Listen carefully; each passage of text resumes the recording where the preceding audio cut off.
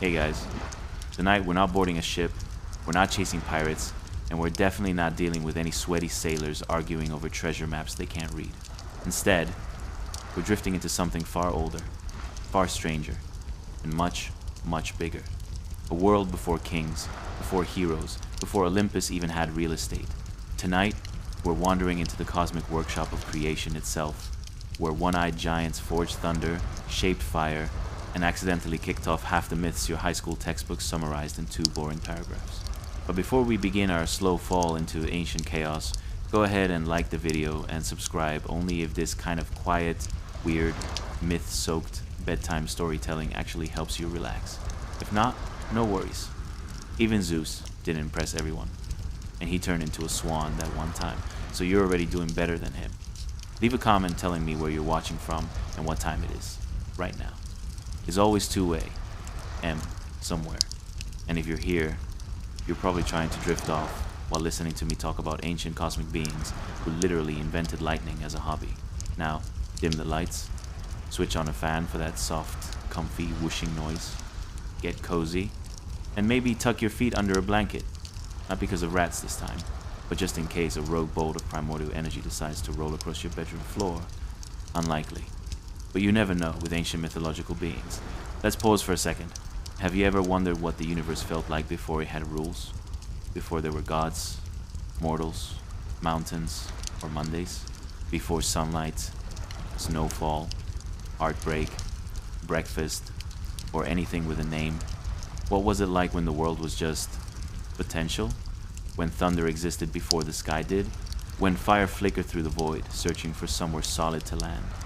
And how did 3 ancient Cyclopes giants, made of stone, storm, and raw cosmic energy become the first artisans of creation? The first beings to shape the chaos into something meaningful? The first blacksmiths in a universe with no anvils, no metal, and no workplace safety regulations? Tonight, we drift gently into that beginning, not to fear it, not to analyze it, but to float quietly beside it, the way you float off to sleep when the world finally stops tugging at your thoughts. So take a slow breath in, let the edges of the modern world fall away, and imagine yourself at the edge of a newborn universe, colors flickering, thunder forming, fire learning how to glow for the very first time. This is the story of the Cyclopes, the one-eyed giants who forged Zeus's lightning, helped shape the cosmos, and sparked myths that carried across thousands of years. Settle in, close your eyes if you haven't already, and let the story begin. Chapter 1. Before gods had names. And now, as your breath softens and the modern world fades into a comfortable blur, let yourself drift backward. Not a few centuries, not even a few thousand years. We're traveling to a time long before temples, myths, and familiar gods, to a moment when the universe was just beginning to imagine itself. Picture this. A cosmic expanse so vast, so silent, so untamed, that even the word darkness feels too small. This isn't night. This isn't space. This is chaos, the ancient, yawning nothingness from which all things would eventually take shape. There is no ground beneath you, no sky above, only a swirling, endless sea of unformed energy, a slow, rolling tide of possibility, colors you've never seen ripple across the void. Thunder curls through the air before sound even knows what it is. Heat surges, dissipates, reforms. Stone, fire, storm, and shadow drift like cosmic dust waiting to become something meaningful. And then the universe stirs. Not with a bang, not with a flash, but with a slow coalescing like breath forming in cold air. Like a thought finally taking shape. From the deep, formless swirl, patterns begin to emerge. Jagged, glowing fissures of molten energy trace the outlines of mountains not yet born. Clouds of raw thunder twist themselves into spirals, testing their own rumbling voice. Flashes of fire bloom and vanish, crackling in frustration as they learn how to exist. Creation is clumsy at first, messy, wild, unsure. But with every ripple, every pulse, every flicker of forming light, the chaos grows just a little more organized. And then, in the swirling depths of this newborn cosmos, 3 silhouettes begin to rise. Not gods, not yet, not even beings as we understand them, but giants, ancient, immense, one-eyed children of raw creation, the Cyclopes, older than Olympus, older than Zeus, older than story itself. The rumbling thunder, steropes, the note, blazing lightning, the white-hot flash of heat and fire. They don't walk from the void, they form out of it. Their bodies appear as drifting stone becomes solid, as fire condenses into muscle, as thunder coils into sinew and breath. Their single eyes open like suns, not gentle suns, the kind that split sky from earth, that ignite mountains, that can illuminate the deepest corners of chaos with one fierce, steady glow. Around them, the universe trembles in recognition, because these three giants, these ancient beings forged from storm and stone, are the first artisans in creation's workshop, the first to mold raw energy into purpose, the first to look at a chaotic universe and think, we can shape this. They breathe and mountains rise. They blink and lightning cracks across the forming sky. They shift their massive shoulders and waves of fire roll across the emptiness, carving paths where future worlds will grow. This is not a peaceful dawn. It is an awakening, a universe stretching its limbs, learning how to thunder, how to blaze, how to exist. And though the Olympian gods have not yet been born, their story begins here in the hands of the Cyclopes, in this swirling cradle of primordial creation. For now, let the cosmic winds settle around you. Let the rumble of ancient thunder soften into a calming hum. Let the fire fade to a warm glow behind your eyelids, because the universe is still young, and the story has only just begun. Chapter 2. In the Forge of the One-Eyed Giants. Hey guys, welcome back to our cozy corner of quaint history, the place where glorious myths twirl and sway through time like an enthusiastic dancer at a wedding. Tonight, we're about to step into a realm more electrifying than a caffeine-fueled squirrel. The deep, dark forge of the Cyclopes, those one-eyed giants who crafted Zeus's legendary lightning bolts. Yes, folks, the same folks who probably tried knitting but ended up establishing themselves as master blacksmiths instead. But first, let's have a little chat. If you enjoy these historical meanderings infused with a dash of absurdity, and if this sparks joy like a well-timed dad joke, give us a thumbs up, subscribe, or leave an amusing comment below. But only if you actually want to, don't force the vibe. Kinda like trying to hug a cat that's not in the mood.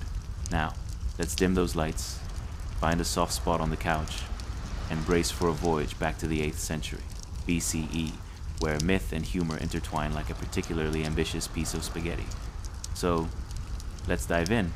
Have you ever thought about how utterly bizarre it must have been to hang out with colossal one-eyed beings? Did they have an excellent sense of humor, or just made awkward dad jokes about being uncycloped at parties? Ever wondered if they had the same issues we do with basic assembly? Can you imagine them trying to read the instruction manual for furniture from IKEA? Step 1. Find your components. Where did my other eye go? Congratulations. You've just landed yourself smack in the middle of ancient Greece, around the time when everything was more intense than an early morning coffee run. You can hear the clang of hammers striking metal, the sizzling sound of molten bronze dripping like overcooked pasta, and the faint aroma of singed eyebrows wafting through the cool air. Welcome. You're standing at the entrance of a forge run by Cyclopes, particularly testy but highly skilled one-eyed giants who would probably fit right in at a metal concert, if only they could find earplugs that would accommodate such large heads. As you step inside, let's paint a picture. The forge is dimly lit by sputtering torches, casting flickering shadows as if the walls are creeping up behind you, just to get a glimpse of the antics happening in this metallic haven. Picture anvils strewn across the floor like teenagers' socks after a sleepover. It's hot, but not the cozy kind of hot. No, it's the, I just ran a marathon in a sauna and might want to rethink my life choices hot.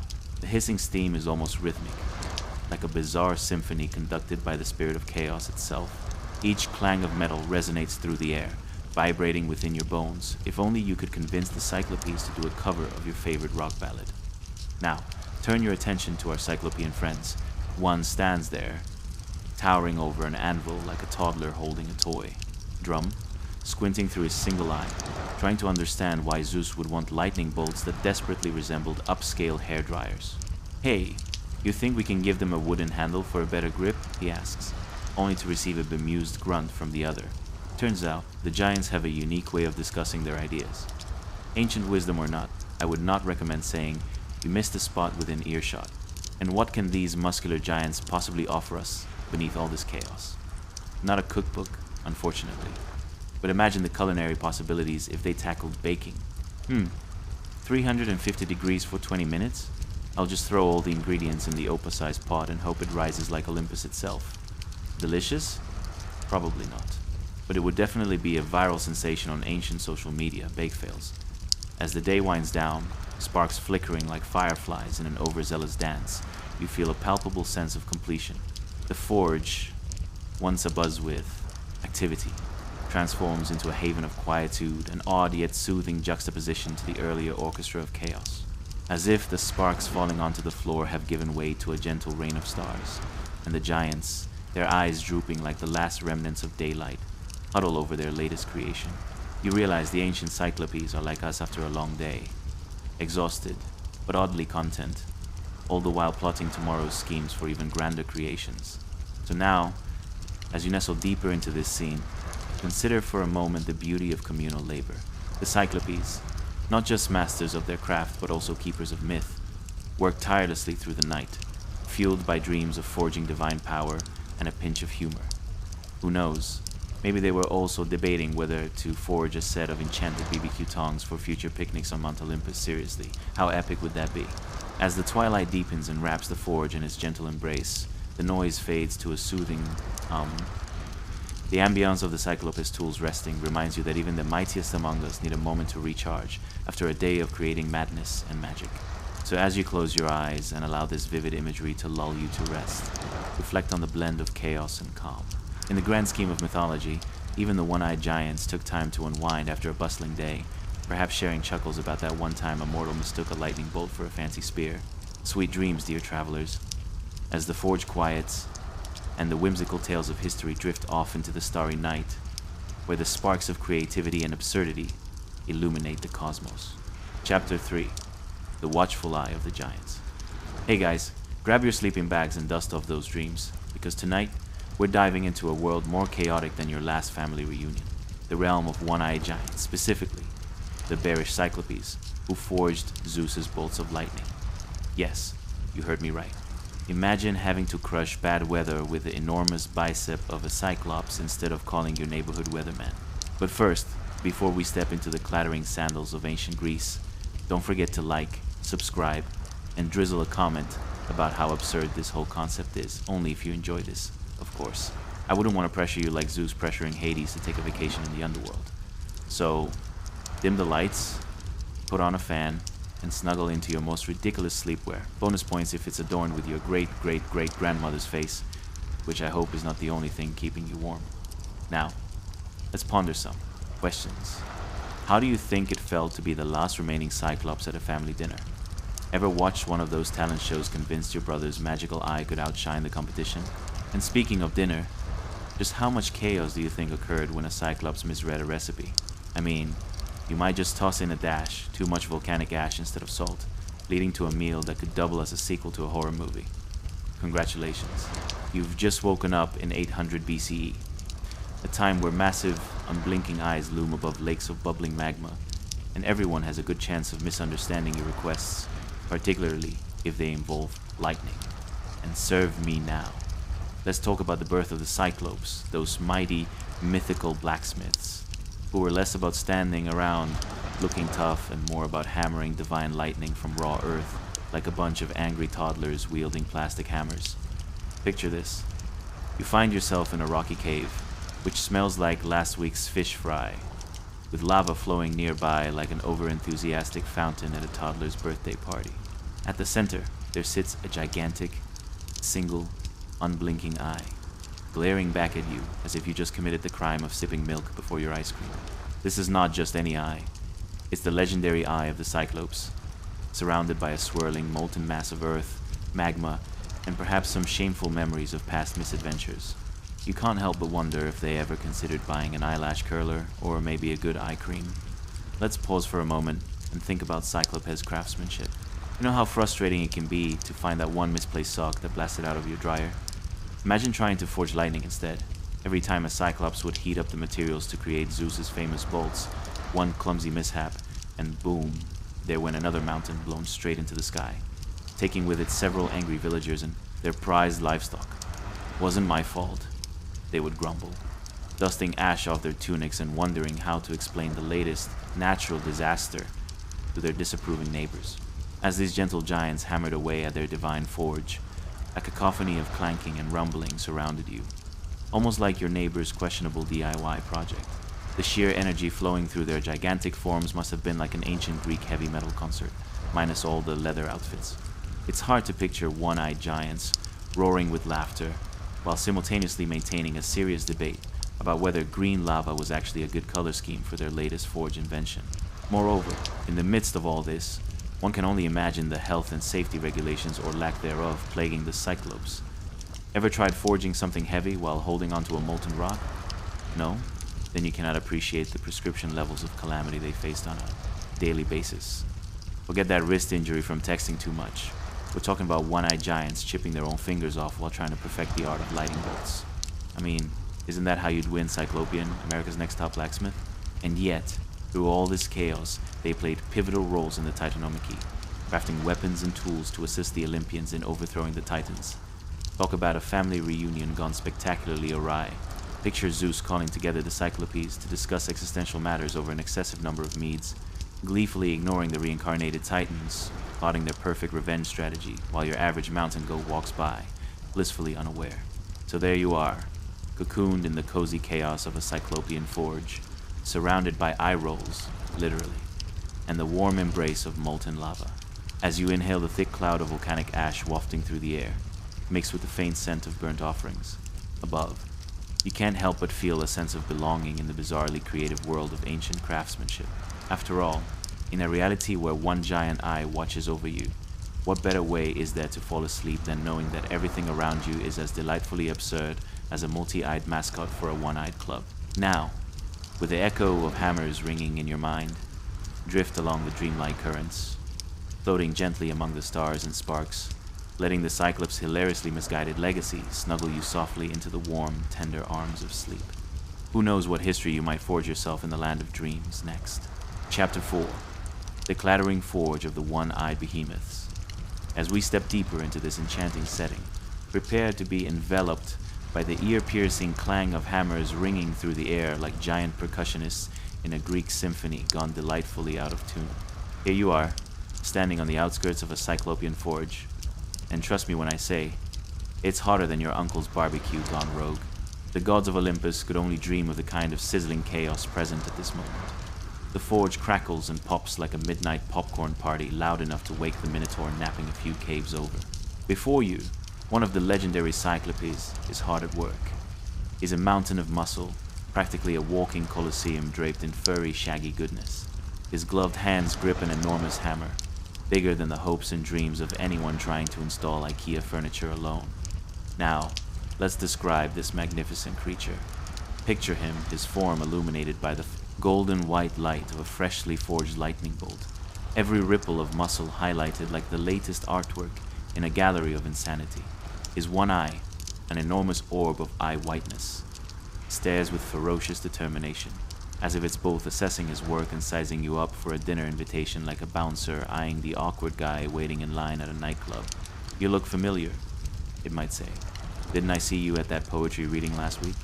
As he raises the hammer with the grace of a drunk elephant attempting ballet. Try not to flinch. The sound reverberates around you, a glorious mix of metal and magic, punctuated by the faint aroma of singed eyebrows and burnt hair. Is that yours? Well, you might have to check.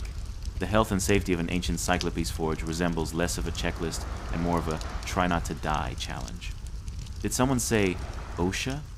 Oh honey, that was never on the guest list. The hot air blows past you like a steam train revving up before a major heist. It's thick and sweltering, embracing you like a friendly bear in winter, if that bear was a fiery piece of coal. You might want to think about cooling off after this. It's not exactly a spa retreat. Think about this scene for a moment. What if you had to choose between forging a mighty weapon and making dinner? Uh-oh. Did I just use imperceptible heat from the burning forge to roast this sheep? Now, most regular folks might grip a spatula and call it a day. But for Cyclopes, the marital dispute over the difference between lightning and roasted goat might lead to draconian verdicts. You don't want to end up on the wrong side of that debate, let me tell you. Now, take a look around. Can you see the other Cyclopes hoisting massive beams of metal like they weigh nothing. Their laughter rolls through the cave like a rolling thunderstorm. One minute they're crafting divine weapons, the next they're arguing about who has the best one-eyed jokes. Ever met a one-eyed man who refused to play cards? He can't look you in the face. The kind of humor that sparks tears, mostly from laughter, but sometimes from the heat. But envision the literal sparks flying. Each time the hammers collide with the anvil, it's like a pyrotechnic show gone wrong at a birthday party, flashes of light and bursts of sound dancing wildly across the cavern. Somewhere in the mix is an excited goat, eagerly seeking out the secret tastiness of burnt lightning. You can't make this up. And what about their conversations? Imagine two burly Cyclopes discussing the latest trends in divine fashion. Those new sandals by Hermes? Overrated. I'll stick to my rugged toe boots, thank you very much. And there you have it. Ancient Greek fashion critics who wouldn't know a hot trend if it knocked on their cave door. As you cozy into your spot, you might even catch the whiff of charred rock and sweat truly. An aromatic cocktail no one has yet dared to bottle. Because nothing says great craftsmanship like the scent of hard labor mixed with a little neglect. Now, let's not skip over the essential role these Cyclopes played during the Titanomachy. Imagine them, the ultimate underdogs, standing shoulder to shoulder with Zeus, hurling lightning bolts like it's some kind of cosmic ultimate frisbee tournament. Who needs a slingshot when you have a flaming rock that could obliterate 3 mountains? It's one of those problems most people never face, and thankfully, those delightful giants had the knack for it. And so, with every mighty swing and bellows of laughter, the Cyclopes craft more than just stellar weaponry. They create bonds, legends, and, perhaps most importantly, the divine story of how one-eyed giants once ruled the forge with a rhythm all their own, making history exciting enough to rival a blockbuster film. So close your eyes now and picture it. All hammers clanging, laughter echoing, sparks flying. Let the sounds lull you into sleep. Who knows what dreams await you? Maybe they'll include a whirling, dizzy Cyclops trying to find his other sock, because even giants can have a chaotic laundry day. And if that doesn't bring smiles to your sleepy little face, what will? As you drift off into the whimsical realms, know that life at the Cyclopes Forge might just be the perfect journey to guide you gently through the night. Sweet dreams, dear dreamer. Chapter 5. The Thunderous Gift from the One-Eyed Smiths. Hey guys, welcome back to our deep dive into history that's more entertaining than a reality TV show about ancient soap operas. Tonight, we're wading through caverns darker than your cousin's sense of humor. We'll explore an epic atmosphere filled with giant Cyclopes, forging lightning bolts like they're whipping up a batch of pancakes gone wild. Yes, that's right, a universe where breakfast is a whole lot more shocking. Now, before we turn this historical tale into divine comedy, could you imagine what a Cyclops grocery list might look like? 1,000 pounds of steel, 4 dozen goats for good measure, and a lightning bolt if we can find one on sale. Oh, the struggle is real, folks. And let's not forget the classic question. How do you ask for assistance when you only have one eye? Pardon me, but can someone ensure this isn't the side with my missing sock? So, dim the lights, put on a fan, and make sure your pillows are fluffed like clouds in a cartoon. As we embark on this epic quest, let's ponder some life-altering reflections. What does it feel like to spend your whole day hammering fiery metal while ensuring your one good eye isn't also getting cooked? What's it like to be the strongest yet clumsy employee of Olympus, untangling the divine supply chain of thunderous chaos? And finally, what would Zeus really say when he receives his shiny new gear? Congratulations! You've just woken up in 800 BCE, in a cavern so deep it might lead straight to the fiery pit of your neighbor's bad cooking. You stand before a hulking Cyclops, his shadow far surpassing your morning caffeine buzz. His massive hand cradles a glowing, perfectly shaped thunderbolt, its essence sparking like the electronic dance music of a divine festival. You're instantly enveloped by the heat radiating from the forge, hotter than the boldest chili contest. Our towering Cyclops, let's call him Greg, has his one eye fixated on the stone he's carefully ladling into position like a suspicious chef preparing a secret family recipe. Only this time, the ingredient is literally igniting like your cousin's backyard fireworks showing. The cavern reverberates with a cacophonous symphony of bellows and clangs, echoing the rhythm with which Greg swings his hammer. Each strike sends waves of silver sparks that dance through the air like enthusiastic disco dancers while you're struggling for stability on your living room carpet. The air is thick with the aroma of smelted metal, almost like an artisanal cheese, gone terribly wrong, sharp, and a little smoky, leaving you to wonder if you should be concerned about food safety. Picture it. Deep in this forge, Greg wipes his brow, the molten rock glistening off his greenish-gray skin. If sweat could be quantified as a resource, he has enough to fill several Olympic swimming pools. It's an impressive sight, really. You'd never guess that. The biggest threat in this forge is thousands of tons of unregulated, Eurocentric labor laws, right? The chaos might shock anyone expecting a safer work environment here in ancient Greece. Is that a thunderbolt in your hand, you wonder? Or are you just happy to be hammering away? While the thought might seem humorous, Greg takes his job way too seriously, believing every voltage-laden creation is an extension of his giant Cyclopes dignity. Being the designated smithy of Olympus isn't just a job. It's an Olympic endeavor imbued with magic, sweat, and all the drama of a Greek tragedy, minus the dramatic masks. So, delightful Cyclopes, you inquire.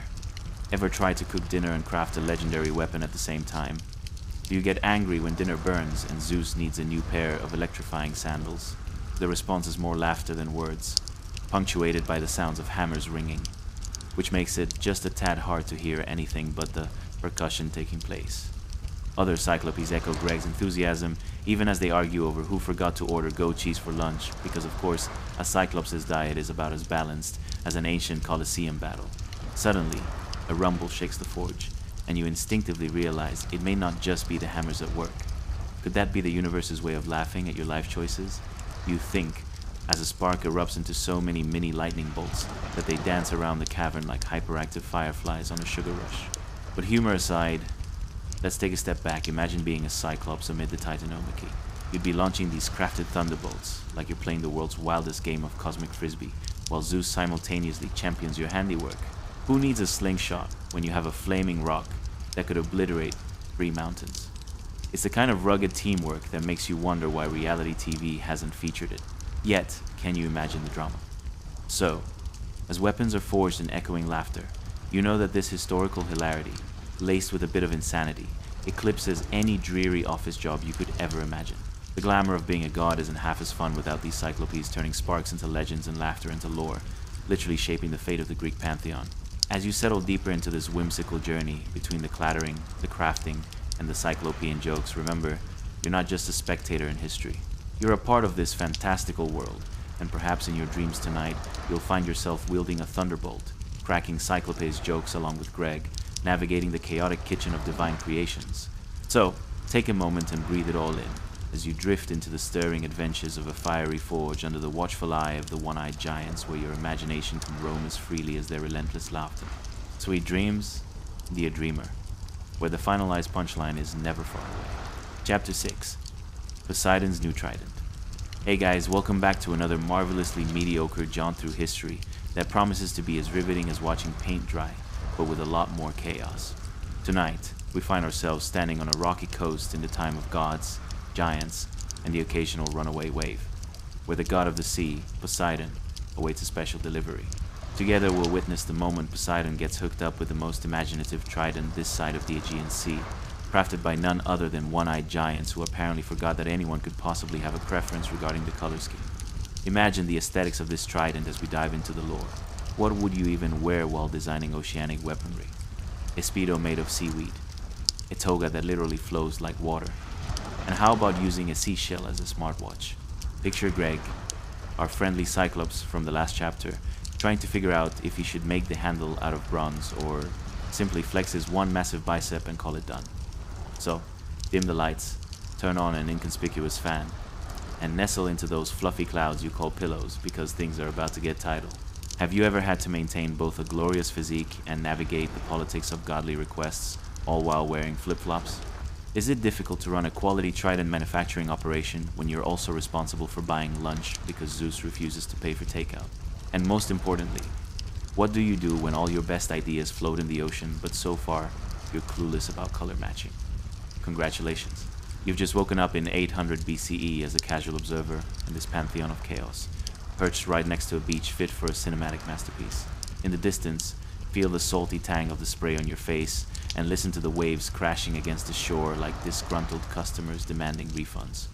Before you, standing above a raft crafted from driftwood and giant clamshells, is Poseidon, god of the sea. His wild hair tumbles like an overzealous seaweed salad, framing a face that is both regal and a little bit peeved. It appears he's been waiting patiently, or as patiently as an immortal can, while the Cyclopes finished crafting his new tool of command, a trident that would make any sea creature weep with joy. Poseidon thumps one foot on the rocky shore, leaving a dent that would look surprisingly similar to your car's bumper after a fender bender. From behind him, a towering Cyclops emerges. Let's call him Barry. Armed with an enthusiasm stronger than the tide itself, he lumbers forth, gripping the trident like it's carved from the dreams of dolphins. As he approaches, his one eye glimmers with pride. Or maybe it's just a reflection from the incoming tide. Hard to tell. Could be a massive squint too. Here you go, mighty Poseidon. Barry booms, his voice resonating through the air, like a foghorn on a quiet day. The finest trident made by Cyclopean craftsmanship. It's got an aerodynamic design perfect for slicing through the waves, though you may want to avoid any whirlpools. You know how that turns out. Looks like Barry's been binge-watching some craftsmanship tutorials on underwater DIY channels. Poseidon grabs the trident, inspecting it as though he's about to pick his future spouse. Is it the right weight for sending tsunamis and scaring sailors? He quips with a teasing smile. You can't help but feel the tension. Imagine Poseidon awkwardly deliberating over whether his new trident will be the talk of the ocean or merely a dizzying embarrassment during the next godly gathering. One flick of his wrist, and the tides could change. He could be the life of the party or the butt of cosmic jokes. Hey Poseidon, love your new trident. Too bad it looks like something your kid cousin crafted during summer camp. The sound of waves crashing and seagulls squawking fills the air, and you can feel the anticipation crackling like the lightning bolts forged by the Cyclopes. Poseidon twirls the trident expertly above his head, and it sparkles in the sunlight, the bronze glimmering as if it were promising a victory far greater than anyone could fathom. All right, Barry. Let's see if this sparks joy, he says, a hint of mischief dancing in his eyes. And then, as if on cue, he thrusts it into the water. A flood of foam erupts, sparkling like diamonds against the backdrop of a cerulean sky. But instead of raining control, it inadvertently calls forth a school of fish that start flopping around free for all. Evidently. It looks like Poseidon just turned his deal into a fish market you weren't quite expecting. Suddenly, an enormous wave surges, and you're left wondering what Poseidon might yell at Barry. Will he inquire if it was the one-eyed Titan's fault, or just a miscalculation of titanic proportions? The tension is comical, a perfect reflection of workplace shenanigans in Olympus, but with much more dramatic consequences. As the initial shock of the wave subsides, Poseidon chuckles, shaking his head. This design is too good, he exclaims. It captures the chaos of the ocean, just like a Tuesday after a holiday. And there you are, a mere observer amidst divine folly, witnessing a critical moment in the history of the cosmos, or at least a quirky chapter in the lives of one-eyed giants and their fiery godly patrons. It's hard not to chuckle as you realize sometimes the road to greatness is paved with slightly askew tridents and unexpected nautical slapstick. With the waves calmed and the vermin cleaned up, you lean back, absorbing the joy of this ancient and absurd moment, where giant gods and their giant tools create moments worthy of laughter, legends, and perhaps a viral video or two. Sweet dreams tonight, where mischief reigns, and you wake up not in a giant clamshell, but perhaps just pondering your next big adventure, tridents optional. Chapter 7, Hades and the Helmet of Shadows. Hey guys, welcome back to another slightly peculiar trek through history, where we dive deeper than the depths of your last online conversation. Tonight, we're stepping into the hair-raising world of the underworld. Yes, that's right. The kind of underworld that makes your bustling city feel like a midday picnic in the park. Imagine, if you will, a gloomy place where the ambience is set to foreboding, and the lighting choice, more shades of abyss than you can count. We're talking about the moody halls of Tartarus, replete with stalactites that could double as low-budget horror movie props. Now, if you think your job has its challenges, imagine being a god tasked with rounding up the various brutes and mischief makers of myth to maintain a sense of order among the restless dead. Spoiler, not exactly a cupcakes and sunshine kind of gig. But before you fall asleep amid thoughts of hapless souls and shadowy figures, don't forget to like, subscribe, and comment just in case you enjoy listening to mildly terrifying stories of one-eyed giants and the occasional disappointed deity. But hey, only if it tickles your fancy. Now, Have you ever found yourself questioning the practicality of a supernatural helmet? How does one even choose a good invisibility cloak? Shouldn't there be a friendly neighborhood Cyclops nearby to measure it for you? And what do you do when the only fashion advice you get comes from a giant with questionable taste? Congratulations. You've just woken up in 800 BCE, deep within Tartarus, the place you'd rather avoid on a travel itinerary, right between levels of hell and that truly awful restaurant with no reviews. The air around you is thick, not just with despair, but also with the intoxicating scent of ancient minerals and something reminiscent of an old gym sock. Perfect. As you shamble forward, shadows flicker around you like confused fireflies, celebrating their exit from the epoch of existential doom. The environment's soundscape, echoes of chains rattling, distant moans, and the odd lamentation that sounds suspiciously similar to someone's midlife crisis. In the heart of Tartarus, as you meander through crystal-laden caves that would make any Pinterest user swoon, you brush past some unwilling participants in Hades' grim social experiment, a clutch of unfortunate souls navigating their own internal anvil of despair. Somewhere in the distance, you can hear the muted cries for help from a few very confused shades who seem to have taken a wrong turn at the river Styx. Where the heck am I? You ponder as you wave your hands in the inky darkness. You can't shake the feeling that you're walking into a poorly scripted horror flick where the plot twist is that you've been a ghost all along. But fear not, you're not entirely alone. The one-eyed giants known as Cyclopes are here to assist you, and they're just as perplexed as you are. Emerging from the shadows is a solemn Cyclops named Crumblebrow, who looks like he's taking interior design advice from the underworld. He's got chiseled features, sculpted not by nature but by years of crushing rocks and dreams. The shimmery helm of shadows rests on his outstretched hand, glistening like a recently polished potato. Behold, he booms, his voice reverberating through the crystalline holes, mixing with a cacophony of woe surrounding you. The helm of darkness, invisibility at its finest. His eye shines with pride, or perhaps it's just reflecting the faint glimmers of everlasting ignominy that fills this dreary place. Now, let's take a moment to unpack this mysterious helmet. Imagine trying on invisibility gear. Would it blend in with your clothes? Or leave you looking like a disheveled magician fresh out of a malfunctioning trick? You can't help but wonder if there are invisibility fashion shows somewhere, with models strutting their stuff in cloaks and helmets, and on the runway we have absolutely nothing. Creating a fashion statement has truly evolved. Crumblebrow continues. This masterpiece can cloak you in shadow, hide you from prying eyes. But beware. It comes with a side of bad decisions, occasional angst, and an unsettling sense of impending doom. As he speaks, a couple of nearby souls seem to stutter into exaggerated gasps, visibly contemplating what it means to be unable to see your own fate. Can it help me avoid chatty neighbors? You blurt out, halfway through an existential thought. Hades would applaud your attempts at small talk. You have nowhere to run after all. Indeed, Crumblebrow replies, instantly looking pleased with himself. Perhaps you might also avoid a torrent of unsolicited advice, or, running into people you hoped had vanished with the last lunar eclipse. As the helmet slides onto Hades' head, it seems to resonate in a way that's equal parts awe-inspiring and laughable. You wonder what it feels like to harness that level of power, perhaps akin to posting cryptic quotes from ancient philosophers on social media only to realize you forgot to mask the cat filters. What a time to be alive, or, not alive. Suddenly, a deep rumble echoes through the cave, jolting you from your reverie. Is that a tremor? You wonder, half expecting an earthquake to join the party, perhaps on behalf of the lost souls trying to escape. But no, it's just Hades giving one of his regular speeches to his imaginary audience, probably rehearsing for the next big underworld seminar on creative uses of torture techniques in modern times. And just like that, ingrained in shadow and clamor, you're left pondering the curious collision of fate and fashion, of godly grandeur and the peculiarities of existence.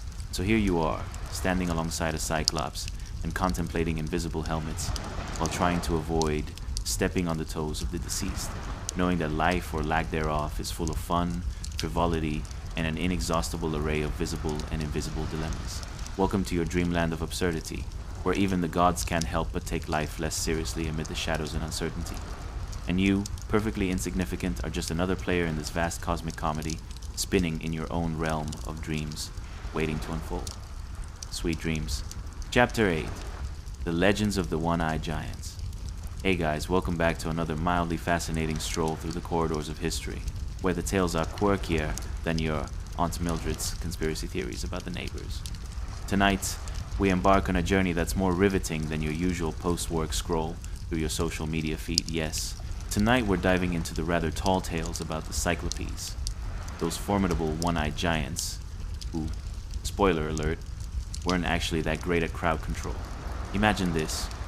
You're nestled around a cozy hearth in a village that smells like a mix of bread, baking, and sheep. So basically breakfast with a side of farmyard.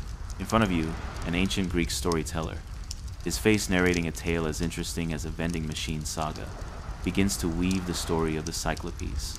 His hands flail about like they're auditioning for a dramatic play on the importance of boulders in architectural history, and you can't help but lean in, intrigued. Now, have you ever wondered what the job application for a Cyclops looked like? Must be able to lift boulders, engage in grumbling dialogue, and withstand existential crises while living in caves, preferably with better interior lighting. Or perhaps you've pondered if these giants ever argued over who had the best eye patch. One-eye mode never looked so chic. And did they have a penchant for fashion like mortals did? Would they wear clothes that could double as tents in case of impromptu picnics? Congratulations. You've just woken up in a mountainous realm around 800 BCE, surrounded by clanging hammers and the occasional shouts of rather disgruntled giants. Here, you'll find yourself transported into a world of literal giants, whose biggest struggles involve living in relative darkness, surrounded by hairier neighbors, and a construction site mentality that could give any modern-day contractor nightmares. Let's talk about their homes. Picture a cave that's less cozy cavern and more rocky obstacle course. These dwellings probably had enough space for an entire rugby team and their multi-generational family, all vying for space among piles of old goat skins and the occasional discarded thunderbolt. Oh, yes, that's right. In this world, Zeus himself relied on our one-eyed friends for an electrically charged service, presumably because asking mere mortals was a little too pedestrian. You can almost hear the tale unfolding as the storyteller shares how the Cyclopes helped forge Zeus's thunderbolts, those bad boys that could send shivers down any titan's spine. You need something that strikes fear into your enemies' hearts, the Cyclopes would say, rubbing their one functional eye. Look no further than this beauty. Earth-shatteringly loud hammering? Check. Sparks flying? Double check. And how many times did these giants accidentally zap each other while tinkering with their creations?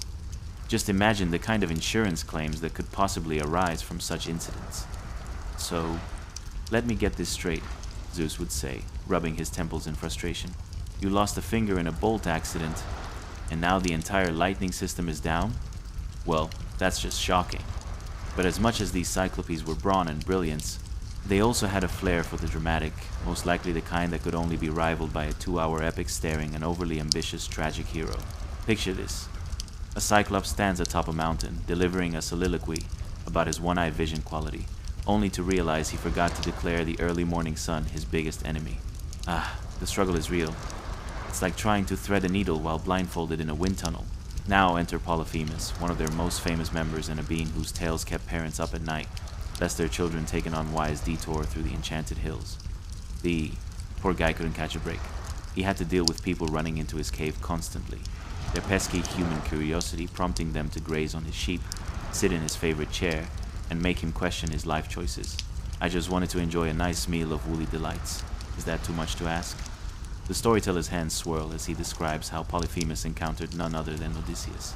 At this point, it's hard to know who was the villain, the giant or the hero. You'd think after all those years of solitude he'd have a thriving book club, right?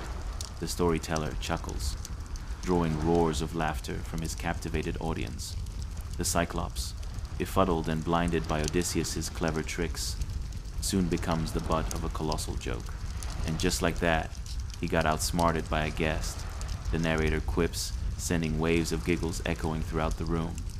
If there's one lesson to take away from this saga, it's that sharing your cave with uninvited guests is never a great idea, especially when they come festooned with schemes that could rival the most intricate of trapdoors.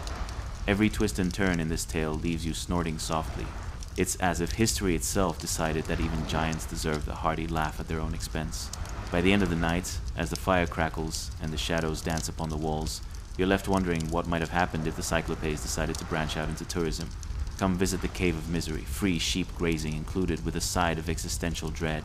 So in a world where giants wrestle with minor inconveniences and thunderbolts, you find yourself reflecting on the quirky intersections of strength and silliness. And as the storyteller's voice fades into the warm, glowing light of the hearth, you're left dreaming of towering figures, grappling with feelings, painting an absurd tapestry of intrigue and hilarity, drifting gently into slumber, where even the mightiest giants share a laugh or two. Sweet dreams. Chapter 9. The Volcano's Forge of Gigantic Dreams. Hey guys, welcome back to another mildly fascinating stroll through the corridors of history, where the stories are as curved as a Cyclops' eyebrow, and just as unexpectedly entertaining. Tonight, we'll journey to a place where the earth breathes fire literally, and meet the one-eyed giants who are crafting something a tad more intense than artisanal cheese. Imagine, if you will, a landscape that's hotter than the gossip at a family reunion. An active, rumbling volcano, likely snorting plumes of smoke like an over-caffeinated dragon. As you approach, the ground vibrates beneath your feet, echoing the booming sounds of wild hammers pounding metal somewhere deep in the crater, because what else would one do on a Thursday in ancient Greece? Here, you glimpse massive, unseen hands, wielding hammers like they were oversized spatulas in a fiery kitchen. But seriously, have you ever felt jealous of someone who could craft thunderbolts while you can't even assemble IKEA furniture without getting nightmares? Picture this. At that very moment, the Cyclopes, those intimidating one-eyed giants, are swinging their hammers, sending sparks careening into the smoky sky, like fireworks at a 4th of July barbecue, gone horribly right. Is it overkill? You ponder, watching starlit embers dance. Now, who doesn't love a bit of flair with their lightning? But you have to wonder, what was their morning coffee like? Did they wake up with a sense of dread like folks in a Monday meeting? Did they struggle to focus with that one big eye always speaking at the latest gossip, aka really bad weather, or about who forgot to refill the lava supply? I swear, Tom and Jerry over there are just stirring trouble. This sense of gigantic absurdity would be a good reminder that giants, like the rest of us, had daily dilemmas, just on a larger and stinkier scale. As the volcano rumbles, you can feel the heat wrapping around you like a too-tight wool blanket that hasn't seen a good wash in centuries. The air is thick with the smell of brimstone and the burnt remnants of a particularly bad lunch involving goat. Have you ever dined on something that just went too far? Imagine trying to perfect the world's spiciest hot wing while standing on a lava flow. Oh, is that smoke I smell? Or just my lunch combusting? Visualize this giant forge, where the Cyclopes are minding their own gigantic business. In between crafting thunderbolts, they're probably swapping epic stories like how Bob lost his thumb in the Great Thunderstorm of 79 BCE. I mean, let's be real. If you were a Cyclops, wouldn't you relish the chance to boast about your impressive lightning collection more than the dude down the block who simply makes really good pottery? Now, it's time to focus on the craftsmanship of these hulking figureheads of the Titanomachy. As they methodically banged and clanged, you catch snippets of their gruff conversation. I just can't seem to get the conductivity right, one might grumble, furrowing his brow in concentration. I think I mixed up the copper with last year's Festival of Cheese's remnants again. Just my luck, because in a world where the stakes are cosmic battles, nothing says power like a poorly functioning thunderbolt, right? Every now and then, sparks shoot from the forge, two Cyclopes inadvertently zapping each other like boisterous siblings during a game of tag. Did you just zap me, Garus? One might bellow, as their eye squinches in irritation. Honestly, is there a thunderbolt insurance policy? Because if not, you're paying for the next dude's toaster. How's that for a workplace dynamic? And amidst this, imagine the scene. The volcano hot enough to roast your marshmallows, complete with giants engaged in a not-so-tranquil labor of love. These colossal creatures wield hammers the size of small. Cars forget about free weights at the gym. It's all guns and lightning here, folks. Yet, these giants were not simply muscle-bound monstrosities. They were creators, artists, honing their craft. Their sparks weren't just for decor, they were inspiration. Do you think they composed epic lines while hammering to get those creative juices flowing? To forge a bolt or to forge a lovely dinner table? That is the question. They might muse, committing themselves to culinary pursuits amid eruptions. You know what? Let's not overlook their fashion choices. What do you wear to a Volcano Forge gala event? Hammered and sizzled. A lightning collection would probably be its name. They're probably dragging the latest trends deeper into the ground, faster than you can say ancient couture. And just so you're in on the trend, oversized eye patches were all the rage, I hear.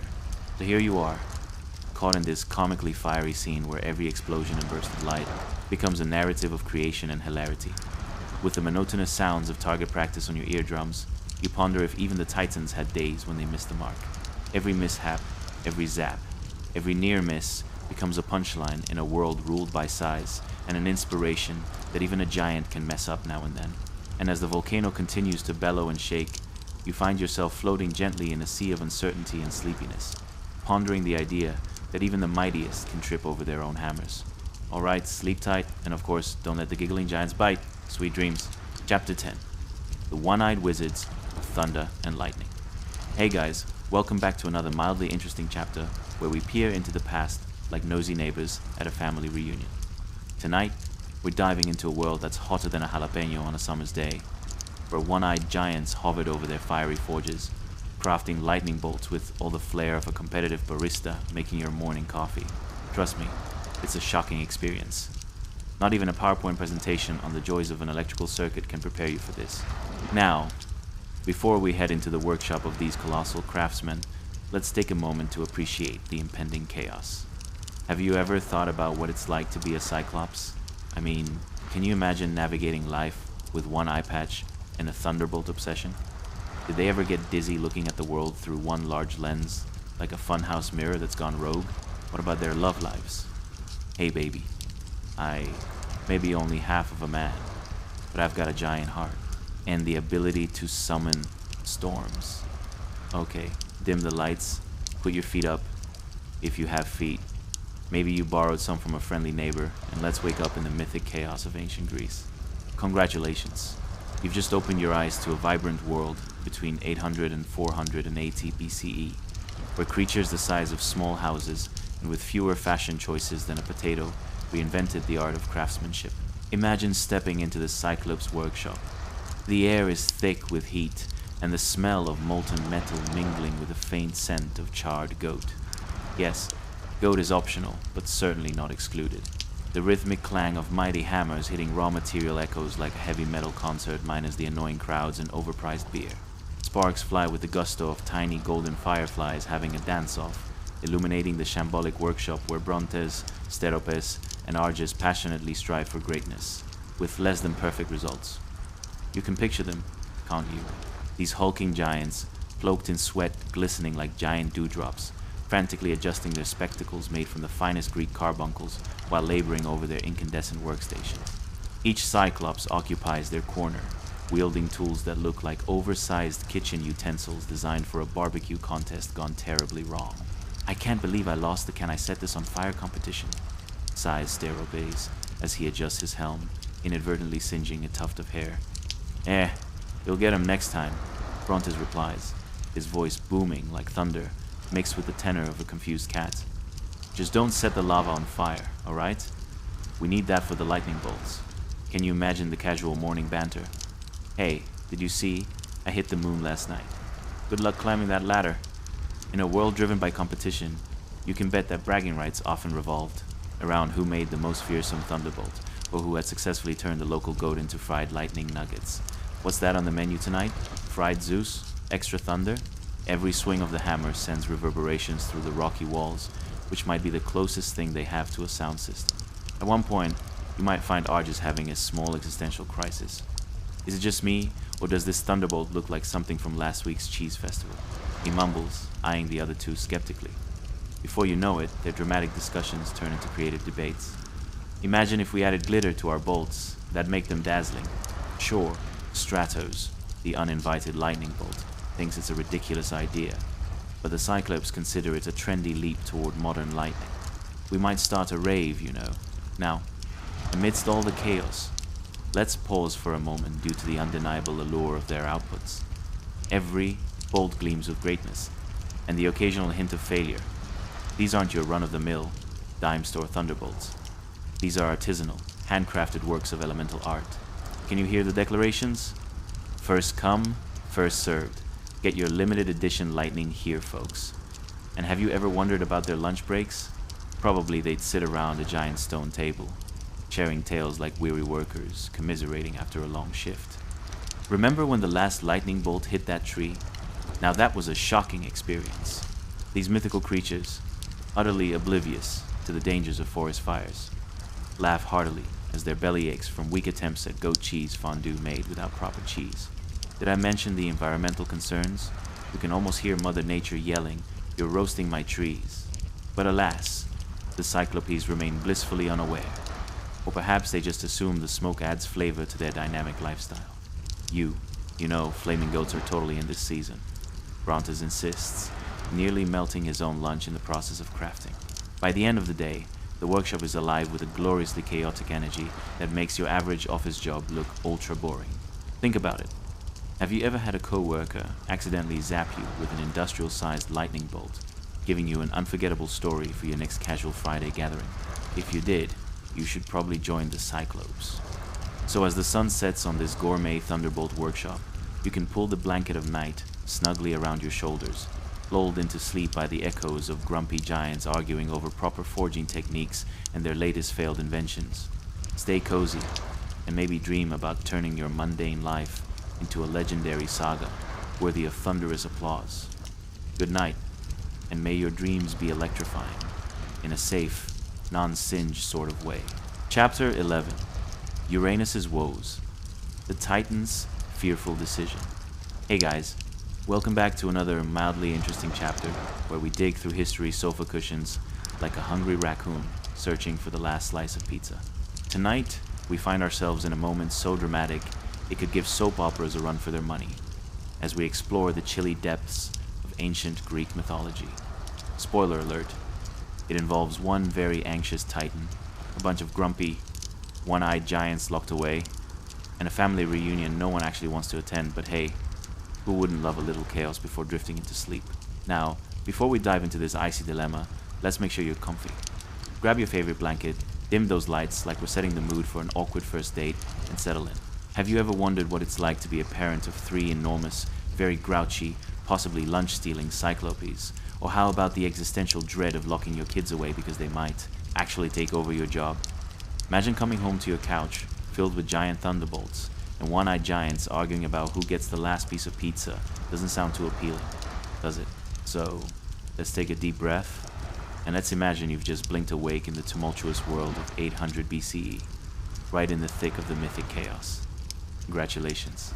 You've just opened your eyes in a world filled with volcanic debates, titans with issues bigger than their egos, and Cyclopes who are about to be tucked away like leftover meatloaf deep down where no one can find them. Begin your day with the unforgettable aroma of despair wafting from the rocky depths of Gaia, the Earth herself. She's quietly seething as her formidable son, Uranus, prepares for a family drama the likes of which would make any reality TV show look like a gentle game of Scrabble. Yes, Uranus, the embodiment of the sky, is officially having a meltdown. Picture him standing tall with clouds, circling his head as he contemplates an existential crisis. Breathing in deeply, he decides it's time to take action. The sun is shining bright, and you can practically hear the ominous music building in the background as Uranus, feeling more paranoid than a cat at a vacuum convention, determines that some of his offspring might just be a tad too powerful. We're talking about his Cyclopean children. You would think he'd consider a family therapy session, but nope. Instead, he envisions a sounder plan, a deep, dark pit in the underworld, a perfect, cozy prison for his adored children, who also happen to be very handy with thunderbolts. Now, Uranus gets down to business, his heart thumping like a drum solo in a rock concert. He starts fantasizing about pushing those poor Cyclopes into the stony depths, because nothing says "I love you," kids, quite like an underground adventure, to a place that feels a little like that time you accidentally chose to sleep on a bag of rocks. Can you imagine their protests? "Dad, please! We were only trying to forge a new bolt. It's not our fault your taste in sky decorators is so picky." With a stern resolve, Uranus lumbers over to the gaping chasm, perhaps some human architecture inspiration from that other underworld, and you can almost hear the dramatic piano music in your head. He offers up the motivating speech that nobody asked for. You will never know the chill of failure again. And with that delightful sentiment, he latches them away, almost proudly, at least until the first moan of regret echoes through the cavern. Picture this. It's dark, it's cold, really cold, like diving into an ice-cold pool, fully clothed, and those Cyclopes are packed into this stony confinement like misfit toys. Each one of them, frustrated, starts moping, complaining, and most likely plotting their revenge. Is this what we get for being the original couch inventors? Moans Brontes, the short-tempered one, hammering his fists into the rock like a toddler denied dessert. Yeah, and what's with all the darkness? Cyclopes buzzes in. Last I checked, we didn't do anything to deserve this chill-out session. Can't even see who's stealing my secret stash of friendship thunderbolts. Can you picture their whiny disappointment? I mean, seriously, lockdowns are furthest from ideal, especially for one-eyed, muscular giants stuck together like some sort of family reunion turned nightmare. Meanwhile, Uranus is enjoying a cuppa in his glorious skyloft, occasionally peering down into the abyss as if he's peeking into his kid's messy room. What's that commotion, he muses. Ah, well, just typical sibling rivalry. Let them settle that over some shoddy rock puzzles. Because who doesn't love a good family drama, layered with the additional complication of potential murder? In this icy underworld, you can almost hear the grinding of teeth, giant teeth. Mind you, big enough to cause minor earthquakes. And as the Cyclopes argue incessantly over who really deserved the last piece of that oversized pizza made from freshly harvested lightning, stirrings of a rebellion begin brewing. Enough whining, Argus bellows, his voice echoing off the cavern walls. If I'm going to be here, I demand a thunderbolt launching competition. Winner gets to unlock the secret snacks. Ah, yes. It appears the drama in this dark abyss is escalating just like a dramatic season finale, making it impossible to sleep just yet. Perhaps consider keeping a pillow over your ears to muffle the impending chaos. As the sun sets and darkness creeps upon the earth, conjuring flickers of light and shadow, you can lay down, lulled to sleep by the distant echoes of Cyclopean banter, freshly forged bolts of chaos, the perfect soundtrack for a restful night. So close your eyes, imagine your own thrilling episodes of ancient drama, while those Cyclopes continue to plot their clever escape. May your dreams be filled with mischievous giants and the warmth of sunlit skies, not so much husbands of Uranus, but mostly just a pleasant escape into slumber. Good night, dear listener, and may you drift away to adventures that don't involve existentially locked up family members. Chapter 12, Zeus's Bold Rescue, a shocking family reunion. Hey guys, welcome back to another mildly interesting episode where history gets a makeover and a touch of madness, much like your uncle after too many holiday cocktails. Tonight, we're descending into a moment so electrifying it could spark a conversation at a family gathering, Zeus flipping the script and liberating some seriously moody giants. Spoiler alert, there will be bolts of lightning, grumpy Cyclopes, and just a dash of divine intervention. Now, before we embark on this chaotic escape attempt, be sure you're comfortable. Grab your favorite blanket, plump those pillows like you're auditioning for the Great British Bake Off, and dim the lights to a level that says, yes, I'm about to drift off, but not before we discuss giant one-eyed entities. Have you ever considered what it might be like to offer a hand to some angry Cyclopes, chafing in their prison like toddlers stuck in timeout? Or maybe you've pondered how Zeus, god of thunder and weekend warrior, got his due after a sidelined childhood of chaos?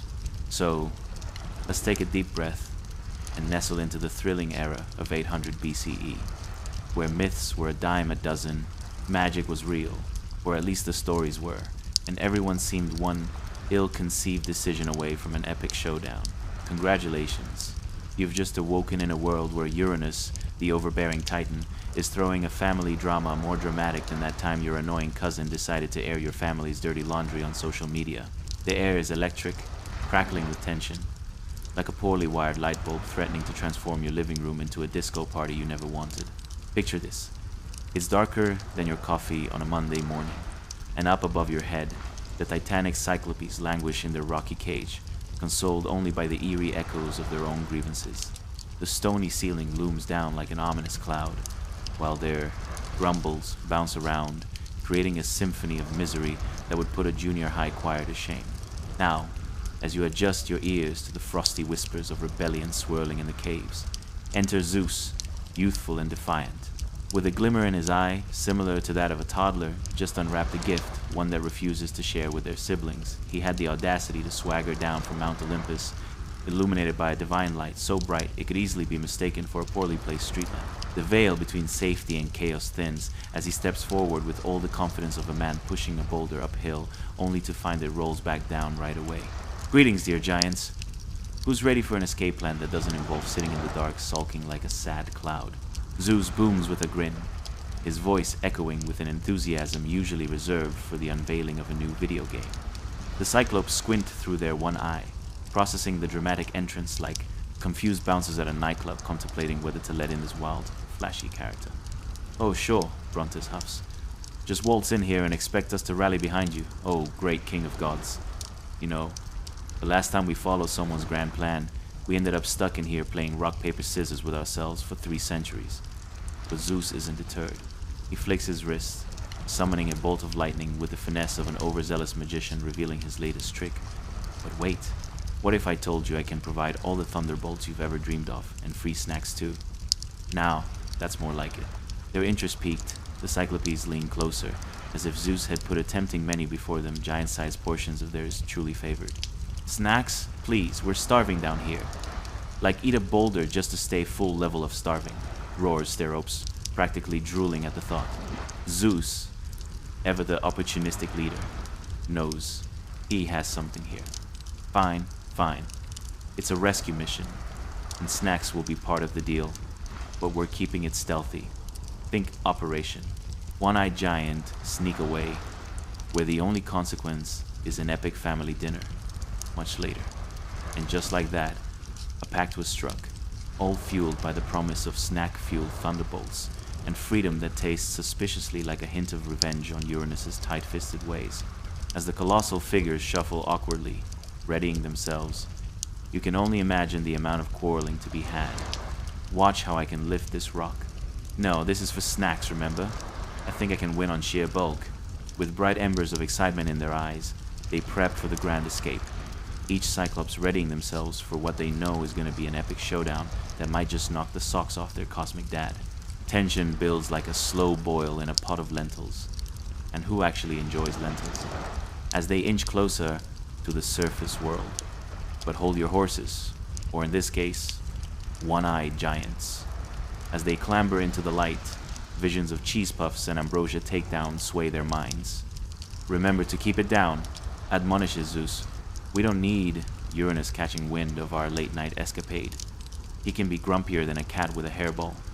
And trust me, no one needs to see that level of fury tonight. And as the great one-eyed giants begin bursting from the darkness with their hearts heavy with the thrill of rebellion and snacks, chaos erupts in laughter and thunder. The earth quakes with the prospect of freedom, like your grandma's knees after bingo night.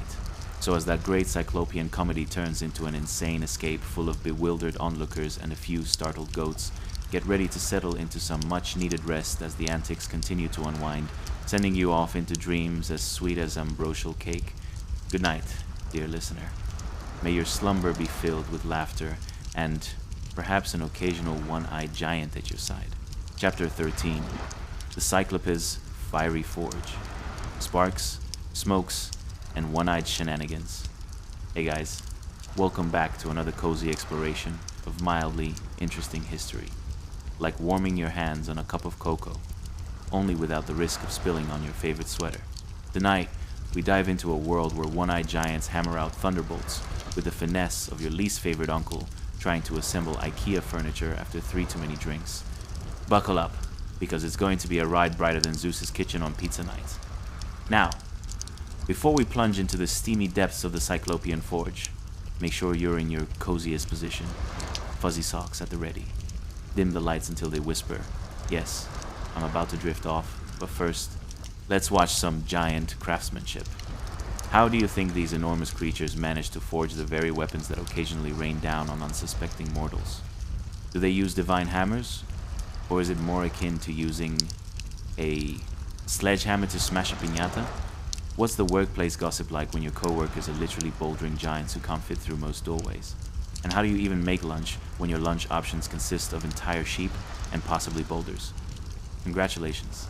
You've just woken up in 800 BCE, a time when the air smells of molten metal and, let's be honest, a hint of burnt goat, as the Cyclopes labor in a forge that's hotter than a sauna in July. The clang of metal resonates through the rocky caverns, echoing off stone walls like an anxious toddler in a quiet library. In the flickering glow of the forge, these hulking figures, broad as barn doors, and a fraction as subtle hammer away, with an intensity that could rival even the most passionate amateur musicians during a family karaoke night. Above, the forge itself seems to be a cross between Thor's summer cottage and a lava-spewing toddler, filled with smoke and embers dancing through the air like fireflies high on energy drinks. There's a pungent mix of sulfur and sweat, not your usual spa aroma, but one that feels perfectly appropriate when the workers are literally crafting tools to hurl at unsuspecting Olympians. As you watch them work, it becomes evident that these Cyclopes have a flair for aesthetic craftsmanship, though you often wonder if their version of artistic integrity includes a pop of color that might just mean they accidentally mixed their iron with a seasoning packet from last night's dinner. Each swing of a hammer sends sparks flying as they shape metal shows, and you can't help but feel a bit of admiration mixed with mild concern. Watching them is like seeing your neighbor rigorously power wash their driveway. Fascinating, oddly therapeutic, but slightly alarming. In the heat of this roaring forge, one giant named Brontes, a name that might just sound like the title of a Greek tragedy starring an overzealous dyslexic narrator, strains to lift a massive ingot of metal. "This is nothing," he bellows as he hoists it up with the bravado of someone who claims they can finish an entire pizza alone. "I once lifted a mountain. Or was it a very angry goat? Hard to remember with the heat, haze, and all." Steropes, his equally large friend, pipes up from across the forge. "Remember, you dropped it on my foot that time. And it's hard to impress anyone when you've got a gnarled toe." The two share a hearty laugh, deep and booming, almost like sound waves bouncing off the very mountains that their father Uranus holds dear. And then there's Arges, who constantly tries to impress his buddies with wild tales of his forging prowess, reinforcing the theory that one-eyed giants do know how to exaggerate. "Just yesterday I crafted a lightning bolt so powerful that Zeus got jealous. I swear it could toast an entire flock of sheep, but you know how the weather is. The gods get all cranky when the sheep look too sparkly." They proceed to create works of art that are equal parts weaponry and whimsical objects, like a thunderbolt-shaped bread slicer, perfect for those proverbial heavenly brioche loaves. The forge hums with a rhythm similar to a particularly enthusiastic heart beating right out of the chest of an adrenaline junkie, each clang, each hiss, tying together a symphony that only creatures who could lift houses could create. You take a moment, inhaling the warm air tinged with a smoky flavor, nearly tasting the metallic magic that surrounds you. Even the tools are an exercise in absurdity. One Cyclops, let's call him Steropes, because every good tale requires at least a couple of characters you can't pronounce right, attempts to hammer out two gigantic ore chunks simultaneously. Is that a symbol of duality or just a sign that multitasking wasn't invented yet? Depending on how quickly he can let out an errant curse word before resorting to laughing at his own mistake, this could go either way. It's hard not to imagine that at some point during their hammer-swinging labor, they share a fondness for bonkers banter, discussing the classic question, if you could forge anything in the world, even an oversized, bedazzled throne made entirely of wasted thunderbolts, what would it be? "A hot tub," shouts Arges, who seems quite dead set on his dream of post-work relaxation. Imagine soaking in divine hot water after a long day. The bubbles could be made of celestial champagne. One of them, likely Brontes, chimes in with a laugh. "But who would clean it? Not me. Last time I checked, I'm more equipped to throw a goat than scrub tub tiles." As the fire crackles and the burdens of the mighty Cyclopes transform into divine weapons, you feel a sense of ease, somehow connected to their hard labor and whimsical conversations. It's a labor that's as beautiful as it is ridiculous, much like trying to balance your life with adulthood while possessing the decorum of a 3-year-old unsupervised at a candy store. So, as we slide gently away from this warming scene of Cyclopean craftsmanship, remember that the hum of their forge rings not only with memory but with a deep echo of labor and levity. May you carry the kindling of this inspiration into your dreams, where even giants can laugh at the absurdity of their bordering on catastrophic successes. Good night, dear listener, rest well, and may Zeus's lightning never strike your pillow. Chapter 14. The Cyclopes Forge. Eat, hammers, and hilarity. Hey guys, welcome back to our cozy delve into mildly interesting history, where even the giants have a sense of humor. Tonight we travel to the fiery hearts of Mount Etna, where sweat, sparks, and a pinch of chaos collide in an epic forge run by none other than Cyclopes. Imagine being surrounded by one-eyed giants expertly swinging hammers, yet somehow missing the anvil completely. Sounds like a typical family gathering, doesn't it?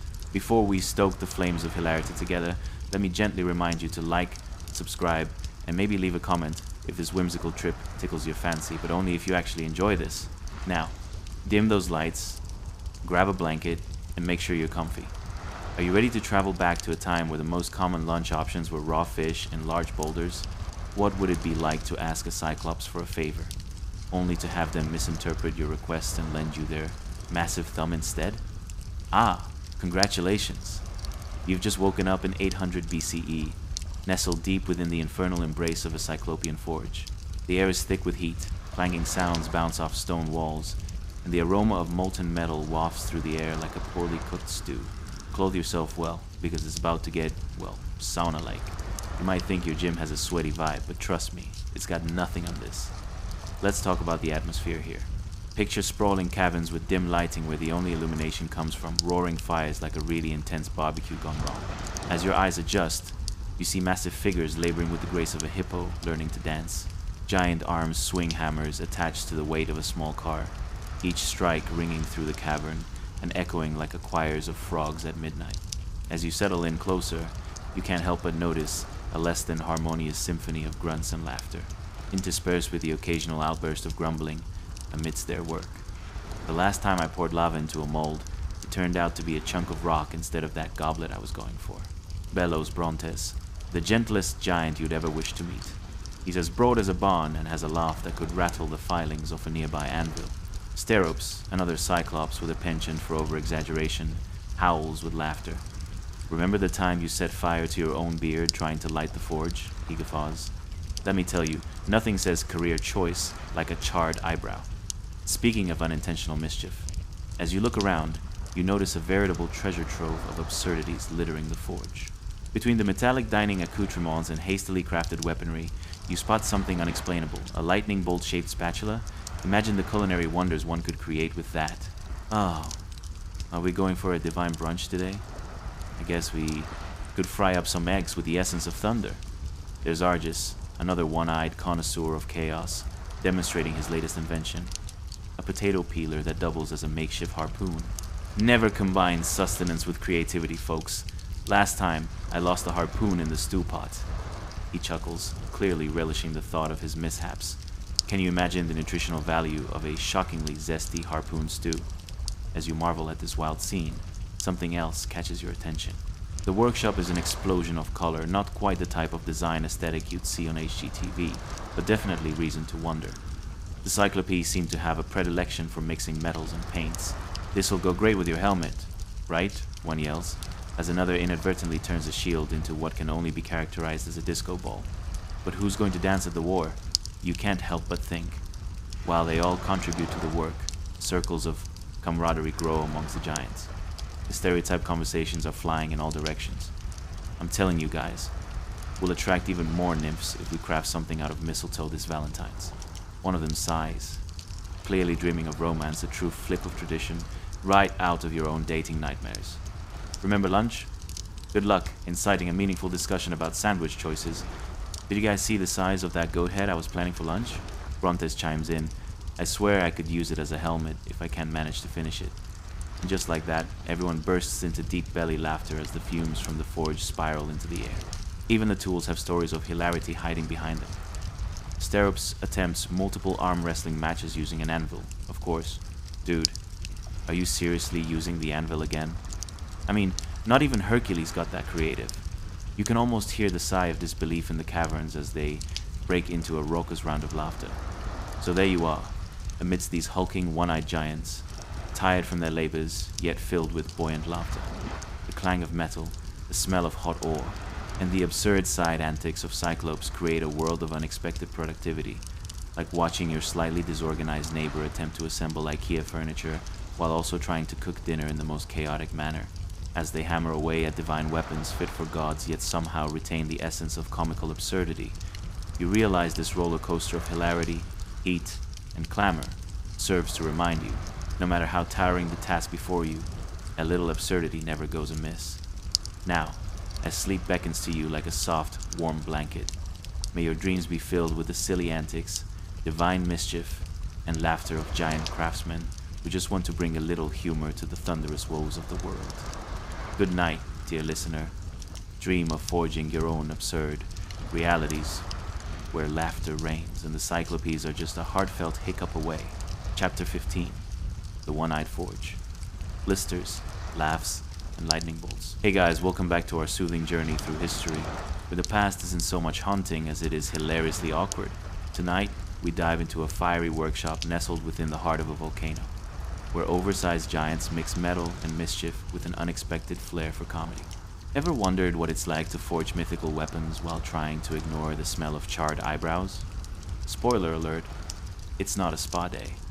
Before we ignite the whimsical furnace of history, let's take a moment for you to like, subscribe, and perhaps leave a comment if this ridiculous adventure resonates with your inner scholar, or if you just really like one-eyed giants. But only if you actually enjoy this. Now, dim those lights, cozy up under the softest blanket you can find, and prepare for a mindset shift. What if, in another life, you found yourself applying for a job as an assistant to a Cyclops blacksmith? Would you argue over who gets to swing the hammer? Or would you end up holding a giant pair of tongs wondering if you'd be asked to fetch the fire extinguisher after a disastrous lunch? Ah, congratulations. You've just woken up in 800 BC, deep inside a cavern where one-eyed giants are hard at work crafting divine tools fit for gods, and attempting to cook their lunch without accidentally combusting their facial hair.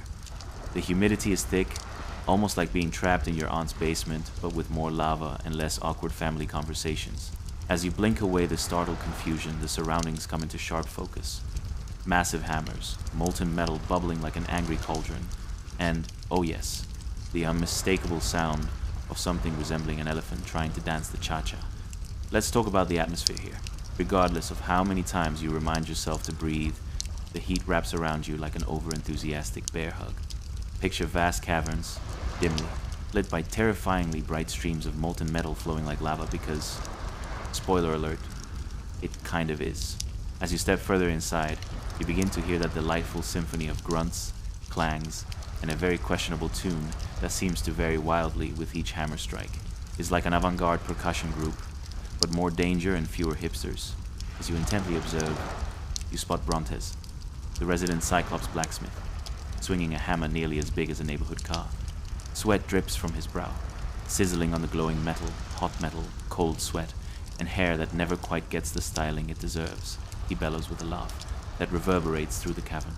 Last time my hammer slipped, I made a lovely doorstop.br owed enough for a minotaur. Steropis, the self-proclaimed fashion consultant of the forge, adds his voice to the cacophony, high-fiving Brontes, inadvertently summoning sparks that dance like microscopic fireworks. You mean your doorstoppers could earn you a reputation as the foremost creator of excessively large paperweights? He chuckles. Really, Brontes, we should aim higher. How about we craft a shield with stylish patterns? We could pitch it to the local warriors as the latest trend in combat chic. As you laugh along with these hulking giants, your eye catches sight of the tumultuous workspace, littered with absurd creations. There's a shimmering trident clash with a spatula, a lightning bolt-shaped spatula. Imagine trying to cook breakfast with that. Are we aiming for scrambled eggs or a shocking culinary adventure? A nearby Cyclops quirks an eyebrow before launching into an enthusiastic thunder omelet routine. I mean, the only downside is, when everyone gets together for brunch, someone might just zap the toast instead of popping it in the toaster. And look there, Argus, too, joins the conversation, demonstrating his latest wild invention, a potato peeler that doubles as a makeshift harpoon. The laughter in the cavern crescendos with each oddity they craft. I once tried to spear a fish with this, Argus exclaims. It was a culinary adventure that ended in a lunch of crispy scales and a very irritable little fish. Amidst the chaos, the Cyclops with a serious undertone sits aside, attempting to spin a safety cone from metal. We're gonna need these for the forge. Safety first, right?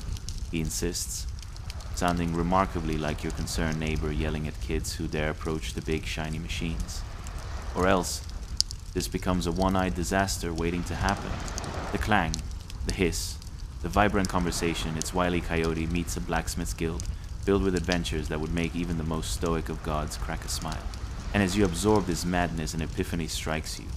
This chaotic scene is a living testament to the bond of creativity, failure, and laughter.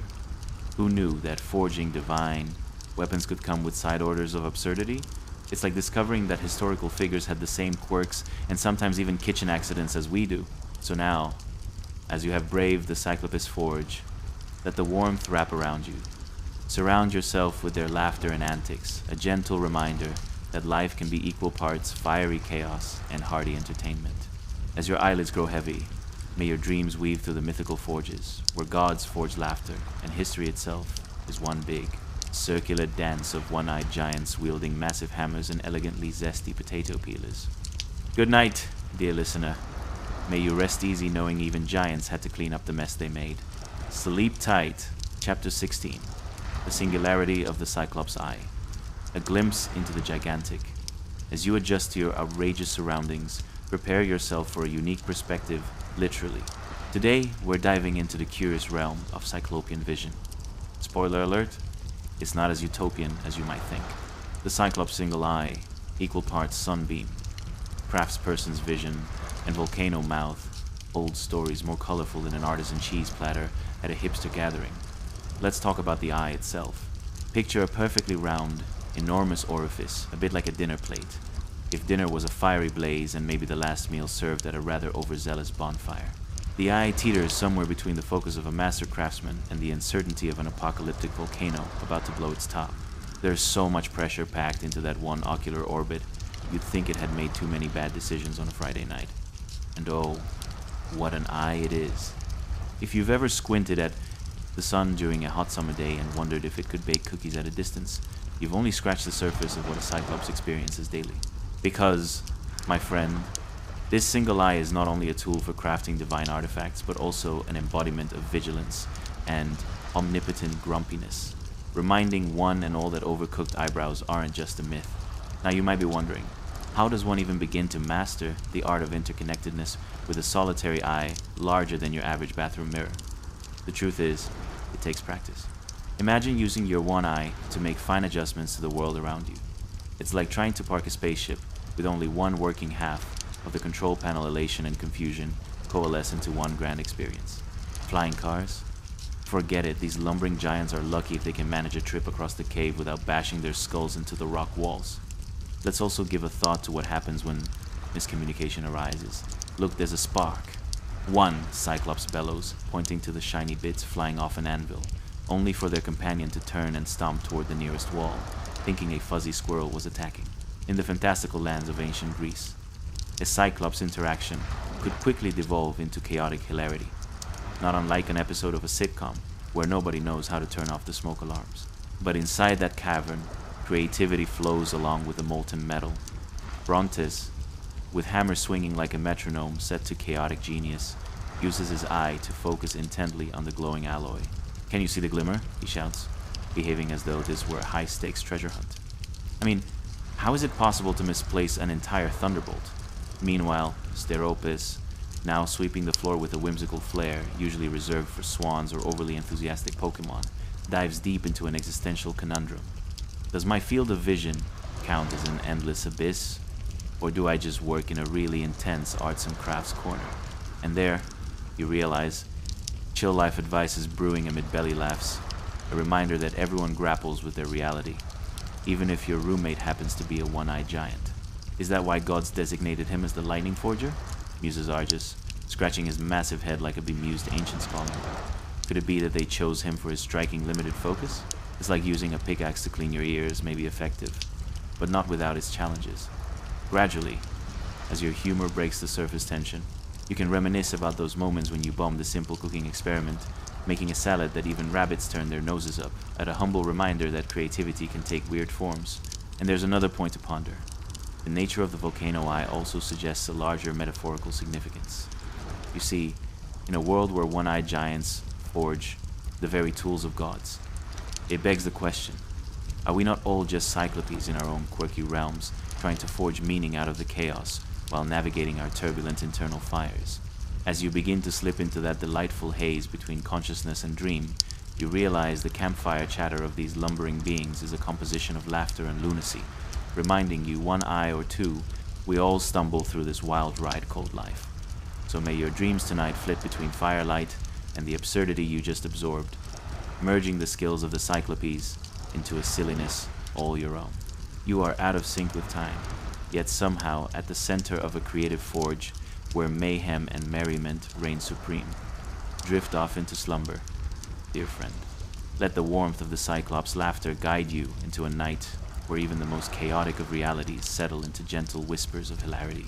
Sweet dreams, and may your own creativity embolden your next daring cook-off. Just perhaps consider trading the lightning bolt spatula for a classic frying pan. Good night. Chapter 17. Mortal triumphs beneath a grimy grin. A blacksmith's forge. Hey guys, welcome back to the channel. Tonight, we find ourselves window shopping for sparkly metal in a world hotter than a dragon's breath mixed with burnt toast. Yes, we're delving into an era so bronze-tinted that even your grandma's sequin dress looks a bit dull in comparison.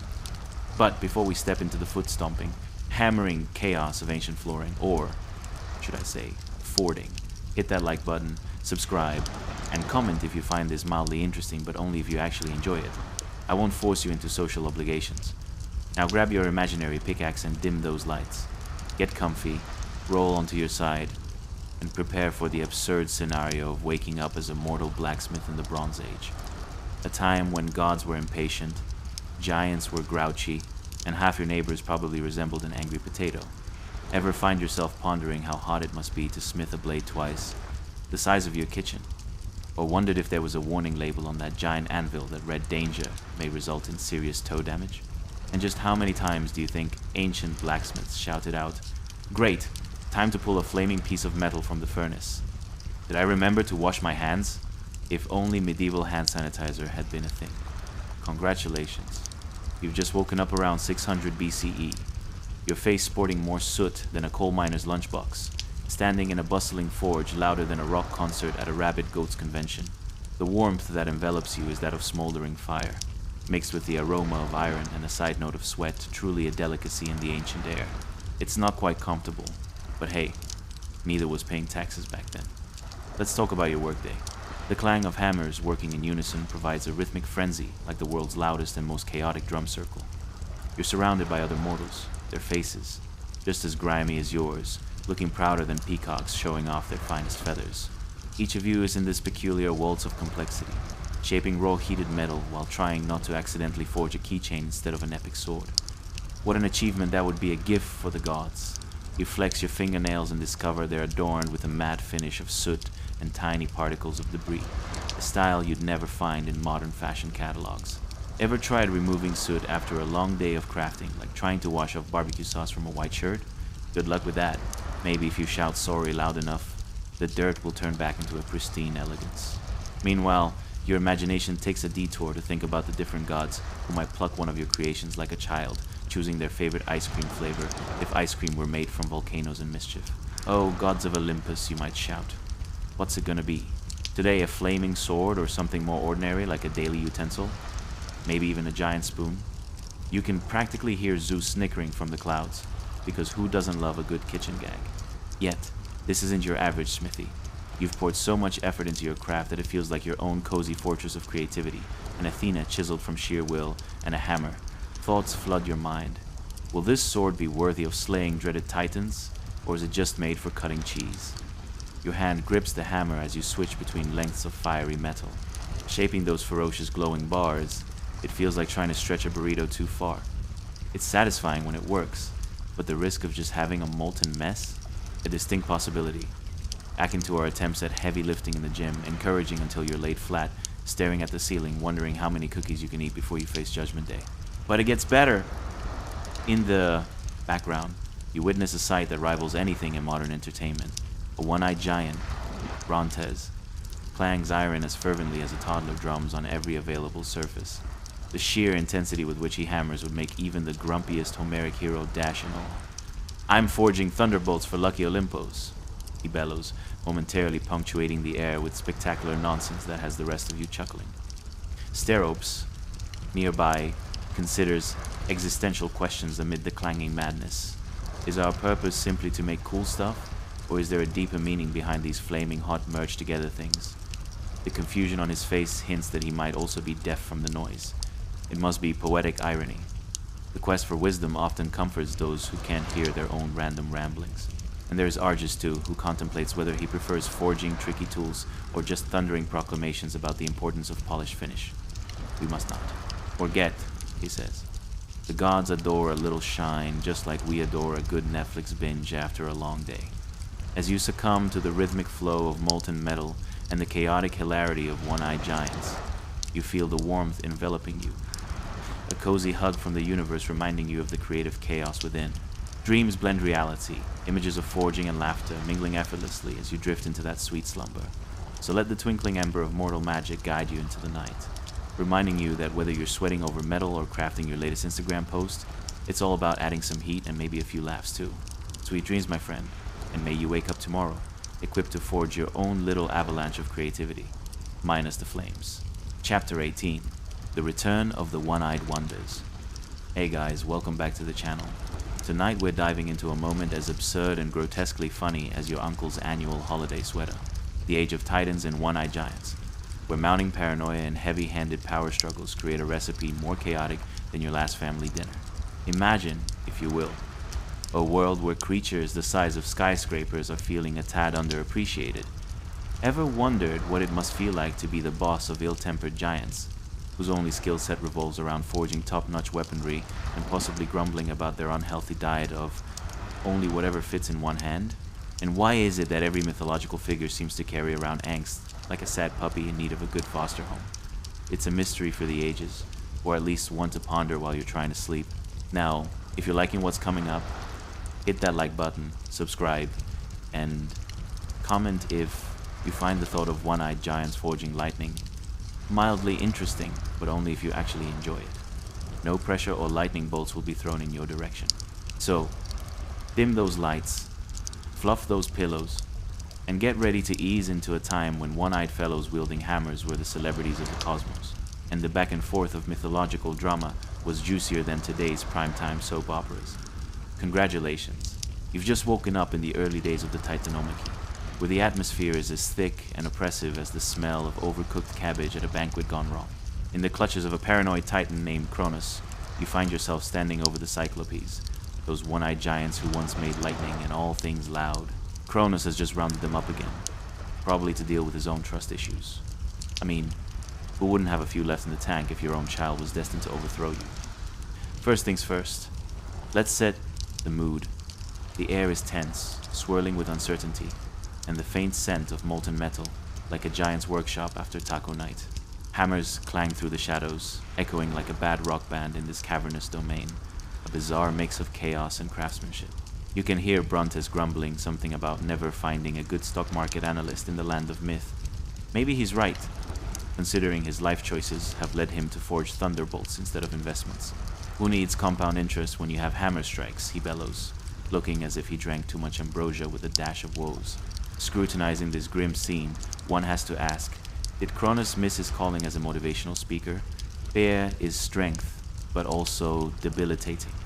Seriously, buddy, even your therapist would suggest you take those baked beans out for a walk instead of locking them up. But there he looms, a giant of a man wrapped in paranoia, babysitting the Cyclopes like they're unruly children about to rampage in a candy store. Imagine him pacing up and down, his furrowed brow more furrowed than a cornfield after a drought. What if they scheme against me? He mutters, clearly having watched too many seasons of reality television. I can't trust them. They might develop a startup for lighting innovations. Cronus is far from the level-headed leader one might hope to see. His thoughts spiral downward like a furious politician that just lost an election. Each time he glances at the Cyclopes, he sees threats somehow camouflaged as potential allies. Calm down, you formidable beings of brawn. I just want to imprison you for greater justice. Sound logic, Titan. They respond with awkward silence and mild eye-rolling. But here's a question bubbling under all the chaos. Are the Cyclopes on board with being rim-prisoned? It's like trying to convince your cat to take a bath. They're not having it. Their massive fists clench in uneasy. Anticipation. A blend of resignation and suppressed rage. Not quite the cheerful prisoners Cronus was hoping to mold them into. Maybe if I tell them I'll start a band with them, he thinks hopefully. The labor of the Titans and their one-eyed brethren is a slapstick comedy of errors. As they work the forges, their conversations bounce around like poorly thrown arrows. Who's got a spare eye? Brontes bellows during a moment of silence. attempting to build camaraderie amidst the ever-looming doom of tyranny. Steropes, trying to lighten the mood, glances at him with a raised brow. You've half a mind to find one? Good luck. Whose bright idea was it to partner with a paranoid titan anyway? They work together, giants sweating through the magic of sheer willpower and the occasional molten mishap, as they prepare for the inevitable chaos to come, thrusting gods and titans into a great cosmic drama filled with melodrama, epic showdowns, and all the ingredients needed for a delightful bedtime story for millions. And while Cronus may think he's at the helm of a great ship on a stormy sea, little does he know, every time he spins in paranoia, it only locks him in an endless loop of dramatic irony. He's working towards a climax that's bound to leave him sharing a cozy corner with some very disgruntled Cyclopes. As you drift off, may you dream of one-eyed wonders forging lightning while simultaneously navigating the power struggle more complex than a modern family reunion. Good night, dear friend, and remember, whether imprisoned or free, find joy in the absurdity of it all. Sweet dreams. Chapter 19. Polyphemus the Gruff Shepherd. Hey guys, welcome back to the channel, where bedtime stories are just as chaotic as trying to follow a recipe while your cat enthusiastically tries to swipe the mixing bowl off the counter. Tonight, we're whipping up something a bit more offbeat than a game of charades with a bunch of very confused ancient Greeks. A dive into the world of Cyclopes, particularly one rather grumpy fellow named Polyphemus. Now, picture the scene. A rugged shepherd with one eye, dressed perhaps in layers as cozy as a poorly knit sweater. As we roll into this Greek adventure, you might find yourself asking, what did this one-eyed giant possibly do for fun? Did he have a favorite Netflix show before streaming was even a thing? Or did he also struggle to find pants that fit a gargantuan frame and a single eye? Let's face it, the logistics of daily life in ancient Greece for someone with such unique features must have been nothing short of Herculean. So, cozy up, dim those lights, and maybe fluff up that pillow once more. Close your eyes, and let's drift back to somewhere between 800 and 480 BCE, a time when giant sheep herders were the original influencers, minus the social media following and skincare routines. Congratulations, you've just woken up in a rather damp, shadowy cave on the island of Sicily around the homely chimney of a grumpy, one-eyed giant named Polyphemus. As you blink your eyes open, half expecting to see a charming vacation brochure pinned to the wall, reality hits. This cave is not exactly a luxury Airbnb. You glance around, taking in the disorderly stacks of sheep wool, intermingled with an array of sheep. Yes, you heard right. Sheep. Lots and lots of them, with coats so thick they could be used as extra comforters in a snowstorm. It smells like a pungent mixture of wet dog and whatever sheep had for lunch, definitely not on the recommended travel scent list.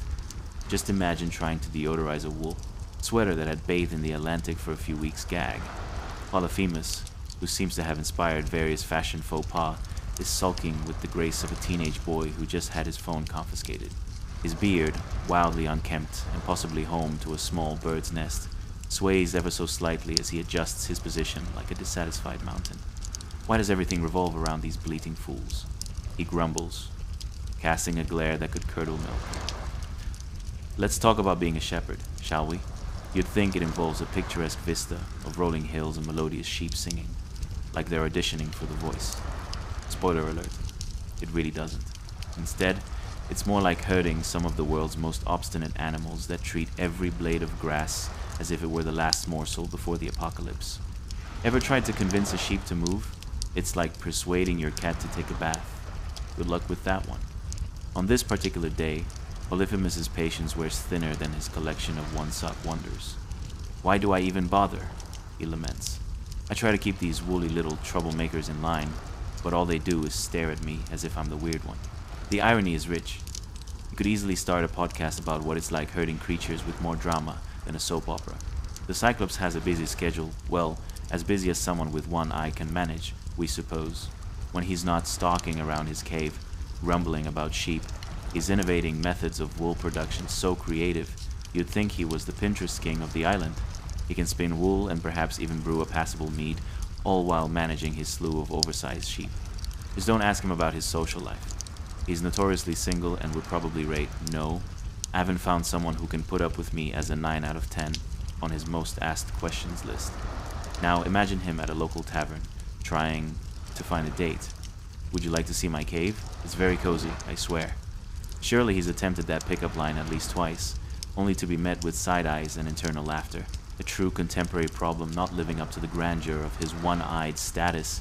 As evening lights start flickering into the cave, illuminating the chaos and the sheer number of sheep that seem to be everywhere, like an uninvited guest who refuses to leave at a party, you can't help but chuckle. One has to ponder if Polyphemus ever wished for a pet rock for company instead. At least rocks don't chew your cud and stare back blankly when asked about their day. He sighs heavily, probably 80% annoyed and 20% wondering if there's a dating app for one-eyed giants adjacent to his cave. At least the sheep listen to me, he says, theatrically rolling his single eye with exaggerated drama. Although, if we were honest, they probably listen to him about as well as most teenagers listen to their parents. And with that delightful thought, you begin to drift off, lulled by Polyphemus's immense grumbles mixed with sheepy bleats, a sleepy harmony so absurd it could only exist in the world of giants and storytelling. Feel free to cuddle up in dreams of one-eyed shepherds and chaotic caves, because if anyone ever said life wasn't mildly interesting, they were mistaken. Sweet dreams. Chapter 20, Shadows and Giants. Hey guys, welcome back to the channel, where tonight's exploration is slightly times less terrifying than an unsolicited family gathering. If you thought the last holiday season was awkward, wait until we delve into the dark and creepy world of one-eyed giants who have a penchant for snacking on wayward sailors. Yes, tonight we're snoozing into the murky waters of history, quite literally, where Odysseus and his men find themselves in a cozy cave, covertly spying on Polyphemus, a Cyclops with culinary skills that leave something to be desired. You might be wondering, what on earth do giants eat? Do they use dishes the size of small islands? What does a Cyclops do for entertainment? Sit around gloomily pondering the loss of their other eye? Or, if I lost my sight in one eye, would I also begin to panic shop for contact lenses? We'll dive into these pressing questions, but first, let's dim the lights, pop that fan on, and get cozy. Congratulations. You've just woken up in the sun-drenched, yet somewhat terrifying 8th century BCE, where perfecting your dodging skills is essential if you ever plan to leave this cave alive. Yes, that's right. You're nestled in the damp shadows of a cave on the island of Sicily, and by the soft light of Polyphemus's cooking fire, you can just make out the giant's shadow looming over a particularly gourmet-looking sheep leg. Not exactly farm-to-table living, but hey, you can't complain. At least sheep are gluten-free. You pull your cozy blanket closer to you, feeling an uneasy mix of fear and curiosity wash over you as you steal glances at Polyphemus. This giant, arguably more grumpy than terrifying, makes moving mountains seem like child's play. He lumbers around the cave, his enormous frame rattling the very foundations. There's a delightful sort of chaos as he awkwardly navigates his kitchen, the only decor being a collection of sheep skulls hanging from the wall, a real weird trophy vibe. Let's talk about the cooking situation for a moment. The aroma wafting through the cave is, let's say, unrefined. It's a mix of roasting mutton and something like gym socks after a week on the road. Perhaps that's just his special spice blend. Who knew Cyclops' culinary arts were a burgeoning field? You find yourself wondering how Polyphemus doesn't burn down his cave while attempting to season a meal. Perhaps he takes culinary inspiration from the great chefs of his time, but with a bit more hair and fewer kitchen gadgets. As the smell intensifies, you ponder why Odysseus and his men decided to infiltrate Polyphemus's private dining experience. Was it the allure of giant popovers? Or were they simply curious about how one might roast a sheep while grappling with the existential dread of being a giant with only one eye? Speaking of Odysseus, he peeks out from behind a rock, tiny in comparison to the giant. You can practically hear him think, is this a good idea? Should we just join forces with him and start a food truck business on the beach? Because honestly, wouldn't Times Polyphemus's pulpit times be a hit? Imagine folks waiting in line for giant meat skewers while the Cyclops takes selfies with his sheep. Who could resist the charm of that? The men, meanwhile, are huddled like a bunch of frozen peas, their eyes wide as saucers as they watch this colossal figure prepare a meal that almost guarantees staying under a bad Yelp review.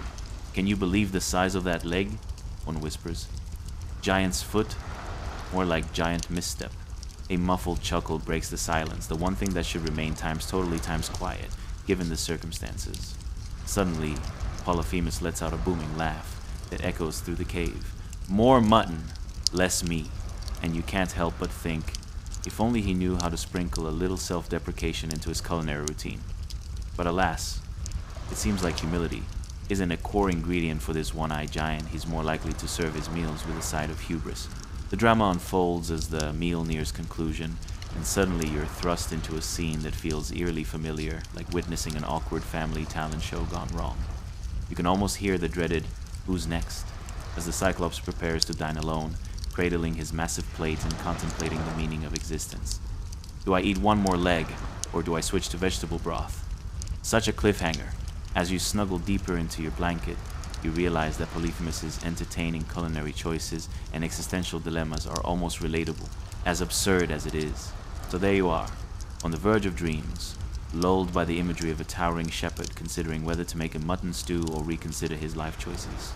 And somehow, amid the looming shadow of a grumpy giant, you drift off, cocooned by the delightful absurdity of history's quirkiest characters, sweet dreams of giant chefs, rumbling laughter, and the whims of one-eyed giants await you. Chapter 21, The Art of Eye Crossing. Hey guys, welcome back to the channel, where tonight we're about to delve into something times less cataclysmic times than a toddler's meltdown. The art of one-eyed giants. Yes, you heard right, giants with a penchant for staring too deeply into the void. Our spotlight tonight shines on Polyphemus, a Cyclops who puts the asterisk, fun asterisk, in time's dysfunctional asterisk.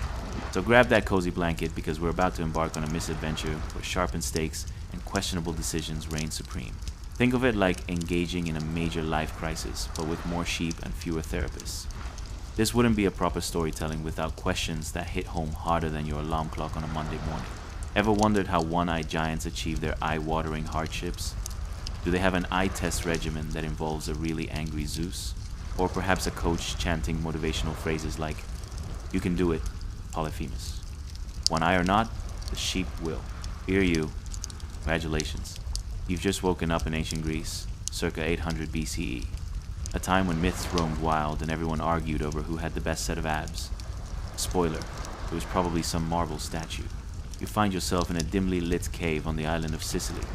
No Wi-Fi, no gourmet snacks, just you, and the distinct aroma of roasting mutton, mingling with what can only be described as a certain miasma. Breathe it in. This is the smell of authenticity, my friends. As your eyes adjust to the gloom, you can make out the hulking shadow of Polyphemus, towering like a grumpy, out-of-shape tree. He's currently engaged in a battle of wills with a particularly belligerent sheep leg that does times, not times, want to become dinner. You feel a shiver run down your spine, not from fear, mind you, but because you suddenly remember how your last attempt at cooking ended in smoke and a fire alarm. At least you're not the one with a grumpy one-eyed giant in the kitchen, threatening to smash everything in sight. Let's set the stage. This cave isn't your run-of-the-mill Airbnb. The decor can only be described as rustic monstrous with sheep skulls providing a lovely touch of macabre, ideal for the Cyclops who's into DIY but without the charm. The echoes of Polyphemus's gruff voice bounce off the walls rhythmically, reminding you of your last family gathering when the uninvited uncle launched into his infamous back in my day stories for the 15th time. Now, you might pause to ponder over the daily routine of the Cyclops. What exactly keeps him occupied? And how does he manage to avoid existential dread? Do one-eyed giants attend counseling or perhaps participate in group therapy led by an androgynous centaur? The mind boggles. Not to mention the sheer volume of woolly sheep that must hear his woes. Yet here he stands, fork in hand, pondering the small joys of life, like how to skewer your dinner without simultaneously losing a finger in the process. Talk about multitasking talents. But then, wait, something catches your eye. Or rather, catches the time's eye asterisk. Odysseus, that clever little rascal, is peeking from behind one of those ridiculous sheep skulls, probably mulling over whether starting a food blog about thrilling recipes from caves might lead to a network of followers. Forget influencers on Instagram, he might think. The Cyclops Culinary Chronicles could be the next big thing. Each of his buddies huddled behind him like goslings in a line clearly have their own personal fears at play. Will we actually get to taste his food? Or merely be the time's last supper asterisk? But let's not kid ourselves. The day is about to take a turn for the absurd. With stealth worthy of your grandmother sneaking cookies from the kitchen, Odysseus concocts a master plan. What could be better than poking a socket-eyed giant in the eye with a sharpened stake while he's distracted by the sheer volumes of mutton, what he's attempting to consume? Yes, it's all fun and games until one of those mutton legs goes rogue. The moment arrives with a dramatic flair that would make even Homeric poets shed a tear. There you are, at the edge of your seat, as Odysseus gathers his motley crew of equally adventurous sailors to create a triumphant chorus of chaos. Together we are strong, they chant, much like an enthusiastic middle school play, only with far more at stake, pun fully intended. They drive that sharpened stake into the single, glaring eye of Polyphemus, with an enthusiastic bravado that could only be matched by extreme couponers on a Sunday. Suddenly, everything explodes into chaos. The Cyclops lets out a roar that could wake the winds of Olympus itself, trembling the walls of his cozy cave and certainly waking any nearby sheep in a panic. Picture it. An oddly card-dependent outbreak of shouting and blurred rebelliousness, akin to a high school football game after the home team scores the winning goal. What were they thinking? A game of potato sack race suddenly turned into perilously sharp stakes. As you snuggle deeper into your blanket, you realize this isn't just a tale of grumpy giants and blundering sailors. It's an archetype for life's absurdity, where sharpening stakes become metaphors for tackling unfortunate situations, whether it's paring down those late-night snack cravings or gearing up for the inevitable Monday morning dread. So there you are, lulled by the delightful absurdity of history's quirkiest characters, as Polyphemus continues his melodic curses about the pain of losing not just an eye, but the respect of every sheep within earshot. Sweet dreams of giant stakes, culinary misadventures, and the whimsical chaos of divine retribution await you. Chapter 22, The One-Eyed Fury. Hey guys, welcome back to the channel, where tonight we dive headfirst into a tale that's messier than a toddler with spaghetti. The riveting saga of a one-eyed giant who didn't quite land on the happy end of the grumpy giant trope. That's right, we're talking about Polyphemus, the Cyclops who could teach a masterclass on how not to throw a dinner party, or, frankly, how to keep your anger in check. So, cozy up in your favorite spot. Grab your self-soothing snack. I assume those are cookies. And let's talk about what it's like to be a one-eyed giant in the wilderness of 800 BCE, where fresh mutton was apparently a necessity, but eye contact was a little more complicated. Have you ever wondered what a frustrated giant might yell into the abyss when he's upset? Do one-eyed fellows go through life scouting out other one-eyed creatures for some sort of mutual support? Or is it more like a "you'll never understand my pain" situation? Can you imagine Polyphemus at a group therapy circle, chewing on a mutton leg while sharing his anxiety over time's relationship issues? Asterisk. Yes, asterisk that times escalated quickly. Well, congratulations. You've just woken up in a cave on the Mediterranean coast of Sicily, clinging to your sanity in a world where sheep are the most stable relationship you'll ever have. As your eyes adjust to the dimness, you see the brooding shadow of Polyphemus standing at the mouth of his cave, a magnificent, albeit furious, hulking creature, seething at the retreating ships of Odysseus. Talk about a dramatic exit.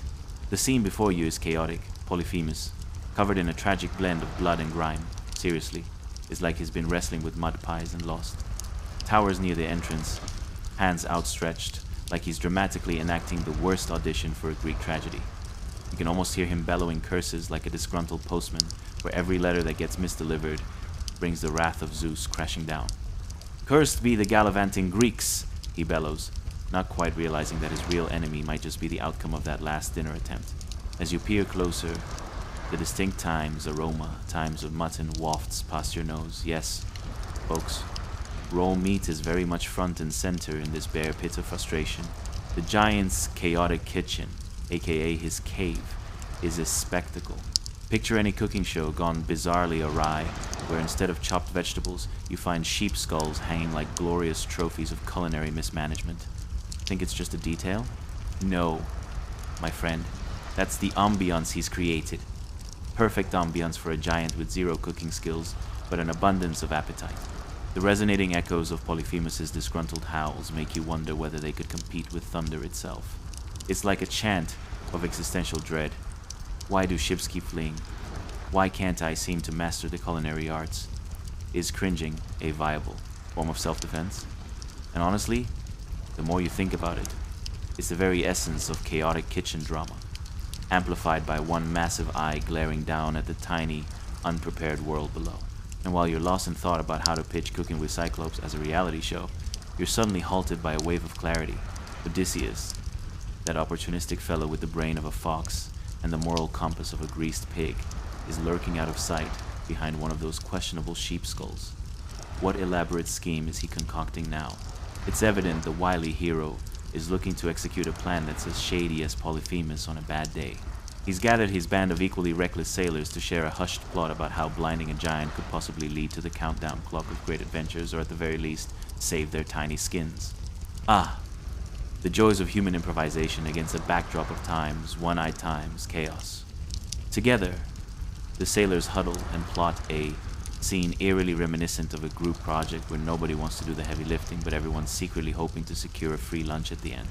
After a series of whispers that would make a librarian cry, they decide their fate hinges on a sharpened stake and a well-timed distraction. What could possibly go wrong?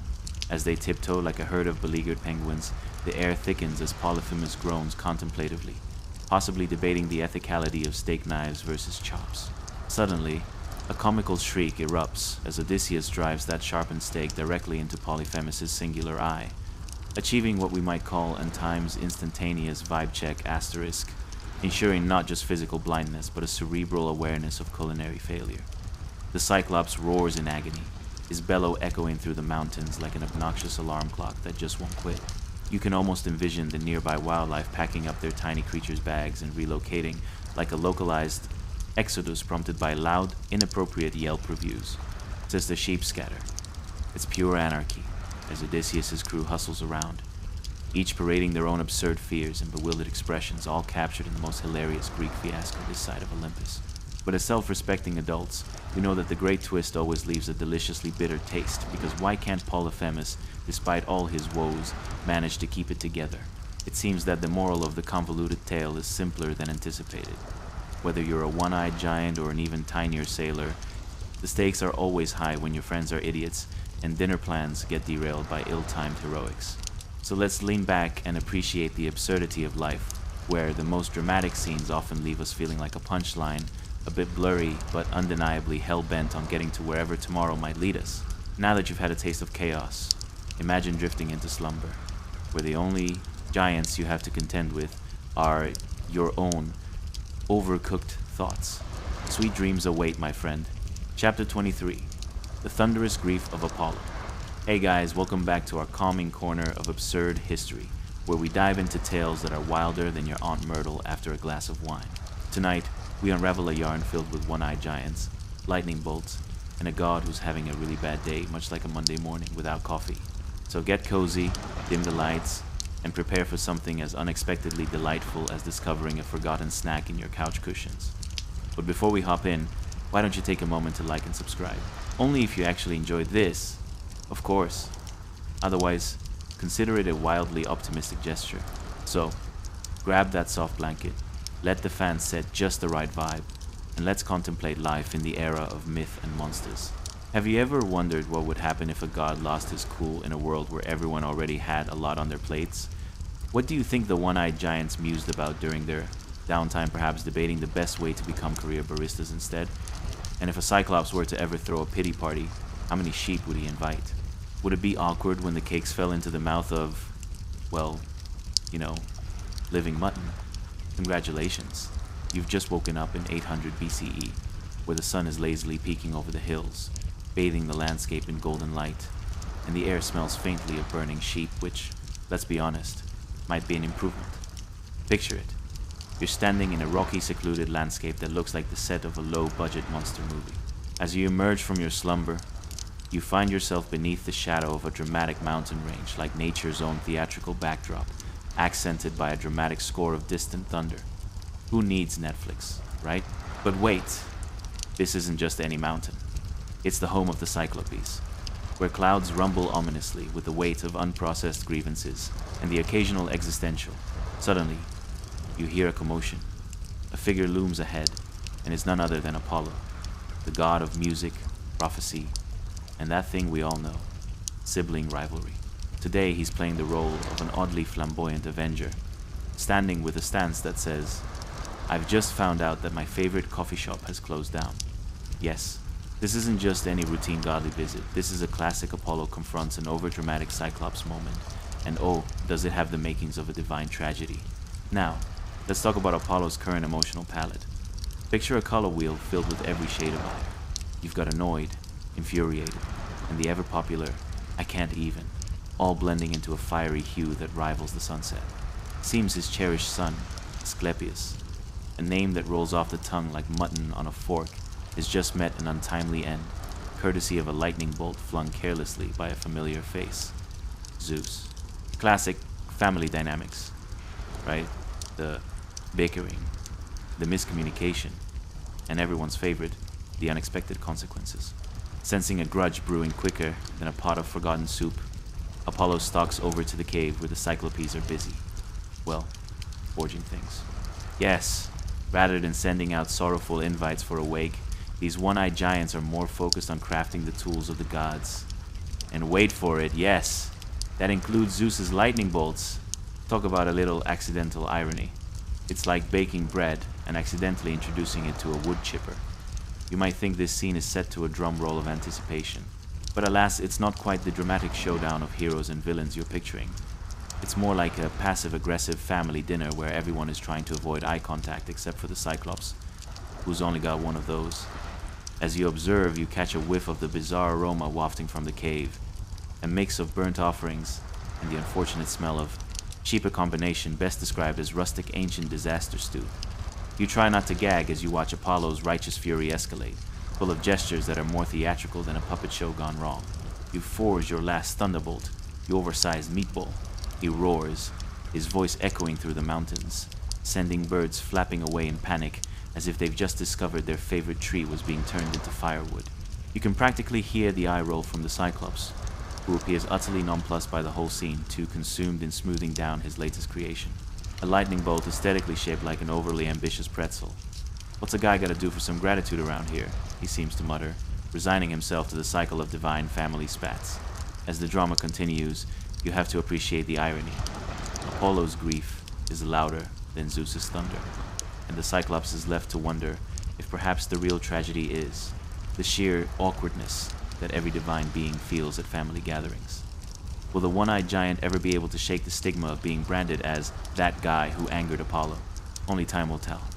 And perhaps a very well-placed apology. Just imagine the awkward repartee at the godly dinner table, Apollo scowling over there, the Cyclops trying to keep his cool, and Cristobal's sheep grazing contently, blissfully unaware that they might be part of a post-mortem menu. What's on the agenda? Tonight's special is grumpy Cyclops stew, with a side of vengeful god despair. As your mind drifts through this cacophony of chaos, do you find comfort in the idea that in ancient times, even mythological figures had to deal with the emotional labor that comes with grief, outrage, and the reality that family dinners can get pretty intense, even if you're immortal? So, take a breath and let it all go. After all, you're cozy in your own imaginary space, where you can escape the chaos of divine drama and this eternal fracas of sibling rivalry. Sweet dreams await. Chapter 24, The Steadfast Cyclopes and Their Forged Creations. Hey guys, welcome back to our charming little nook of mildly interesting insanity, where we take history and sprinkle it with a bit of absurdity like confetti at a toddler's birthday party. Tonight, we're journeying more like stumbling into the world of the Cyclopes, those one-eyed wonders who've made craftsmanship seem like a mythological art form. So dim your lights, fluff your pillows, and let's drift into a tale, including fire, thunder, and the questionable life choices of giants who just wanted to forge a better tomorrow. But before we dive headfirst into this cosmic adventure, let's take a moment to engage in a little call to action because, of course, engagement matters. If you enjoy what you hear, consider liking, subscribing, or even commenting, but only if you're feeling generous. You know, like a benevolent Greek god after a successful thunderbolt slinging session. Now, let's get settled. Grab that cozy blanket, switch on the fan to create an ambiance, because nothing says relaxation like a gentle breeze mimicking a mild grease stress wave. As we prepare to kick off the epic tale of the Cyclopes, let's ponder some absurd yet relatable questions.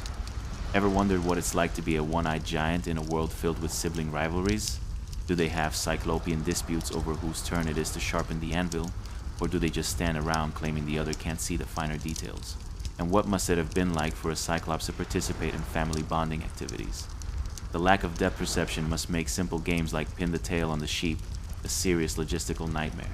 Congratulations, you've just woken up in the rough and tumble world of the Cyclopes back between 800 BCE and 480 BCE, a time rich with mythology and mischief. Picture it. You're nestled deep in the bowels of a mountainous cave, surrounded by clanging metal, the smell of scorching rock, and oddly enough, the lingering scent of burnt sheep wool. It's like a cheese shop exploded in a foundry while simultaneously hosting a barbecue, an aroma that's somewhere between pleasant and please. For the love of Zeus, open a window. Now, if you glance around, you'll see our Cyclopean friends hard at work, with arms like tree trunks and expressions that say, "I'm perpetually disappointed in my lack of peripheral vision." These giants are nothing if not industrious.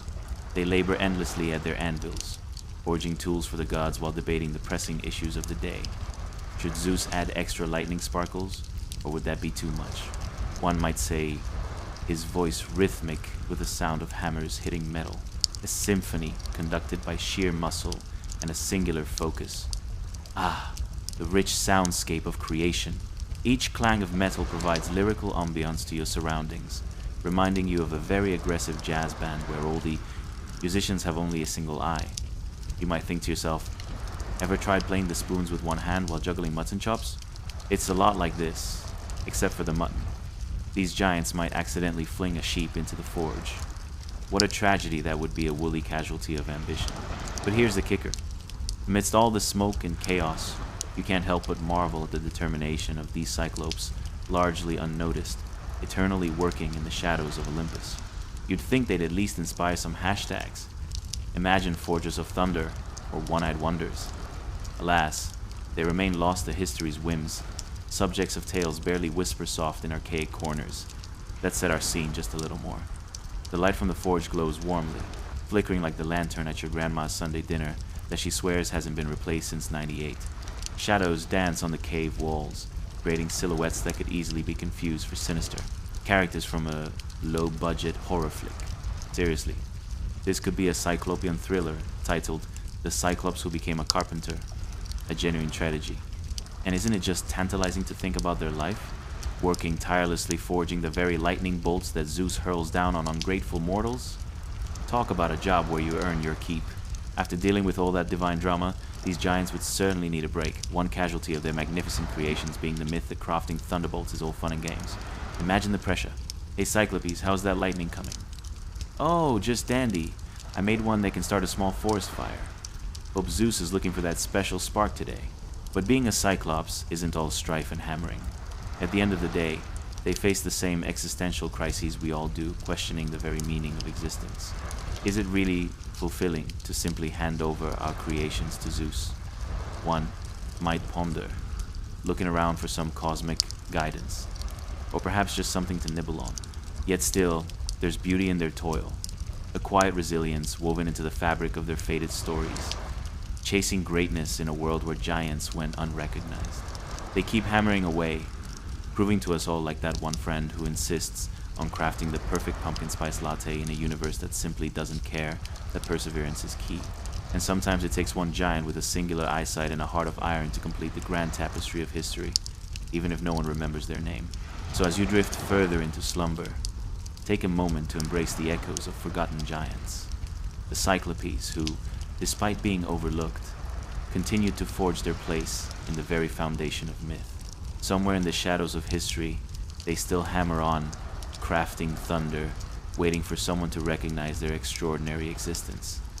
Now that's a journey worth dreaming about. Sweet dreams await. Chapter 25. The Enigmatic Sphinx upon her lonely rock. Hey guys, welcome back to our cozy corner of quirky history, where monumental tales mix with a splash of zany humor. Tonight, we're perched on the precipice of mystery, spying a serene figure sitting atop a rocky pedestal, ready to challenge unsuspecting travelers with her conundrums. Yes, you guessed it. It's time to trot down the whimsical memory lane of the Sphinx, the riddle maker whose cat-like grace could put any feline influencer to shame, and who certainly kept the job market for philosophers alive and kicking. But before we dive headfirst into this enigmatic world, much like that one friend who jumps into the pool without looking, let's have a little heart-to-heart.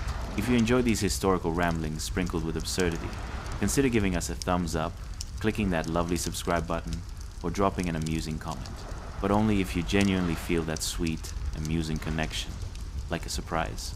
Visit to see your favorite aunt serving homemade cookies, even when she accidentally uses salt instead of sugar.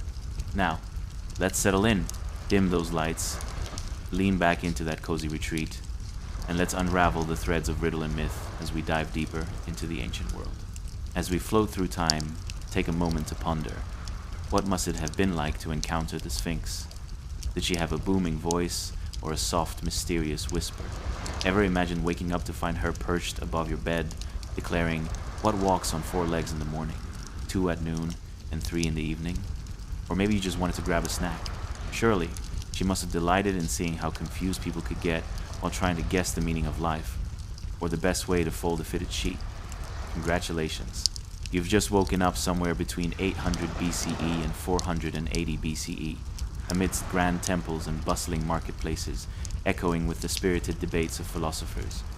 You might even catch snatches of cheerful merchants hawking funky pottery, as slightly confused Athenians scratch their heads, most likely pondering why one must choose between capable cats or impenetrable riddles. Honestly, it feels a bit like waking up at a weird family reunion, where you know everyone but can't remember where you filed those memories. So, here you are, not just an observer, but an integral part of this mythic tapestry. Look around. Imagine the sun casting golden rays over a cluster of citizens, tentatively sipping on what can best be described as slightly fermented grape juice, the local delicacy often accompanied by questionable dance moves. You wouldn't dare mock them. Who knows what could happen if you fluffed up an ancient tumbler of vintage. What's that smell? Let's focus our lens on the Sphinx. She looms brilliantly on her rocky throne, a composite vision of feline elegance and a slightly unnecessary pair of wings, with her lioness body coiled like a cat that's just spotted a mouse, or possibly an ill-fated traveler. She gazes off into the cosmos, presumably contemplating the mysteries of the universe or the next season of reality TV. How we envy her calm demeanor. In a world filled with vexing puzzles, at least she can take a nap whenever the philosophical debates get too intense. Ah! What sound hangs in the air, you ask? Is the gentle rustling of parchment as philosophers, scribes, and other dubious figures assemble nearby to ponder questions that may help them avoid the Sphinx's wrath. What is truth? And why do I keep mistaking mustard for honey? One might wonder aloud, only to receive a glance from the Sphinx that clearly says, "Please, this isn't a cooking class." As you approach, your heart flutters with anticipation, a mix of curiosity and mild panic. She's a creature of layers, every inch of her wrapped in the enigma of riddles that shake the deepest foundations of a man's self-esteem. Ah, a day, traveler. She muses with an eyebrow, which she definitely has. Trust me. What is it that seeks to find answers but often trips over its own feet? You stand frozen, realizing she might be onto something, like every time you forget where you parked your chariot. And it's here, standing at the crossroads of your absurd journey, that you grasp the genius of the Sphinx. This iconic being is trained in the ancient art of riddleology, ensuring that anyone who wishes to pass must sift through their own layers of wit and witticism.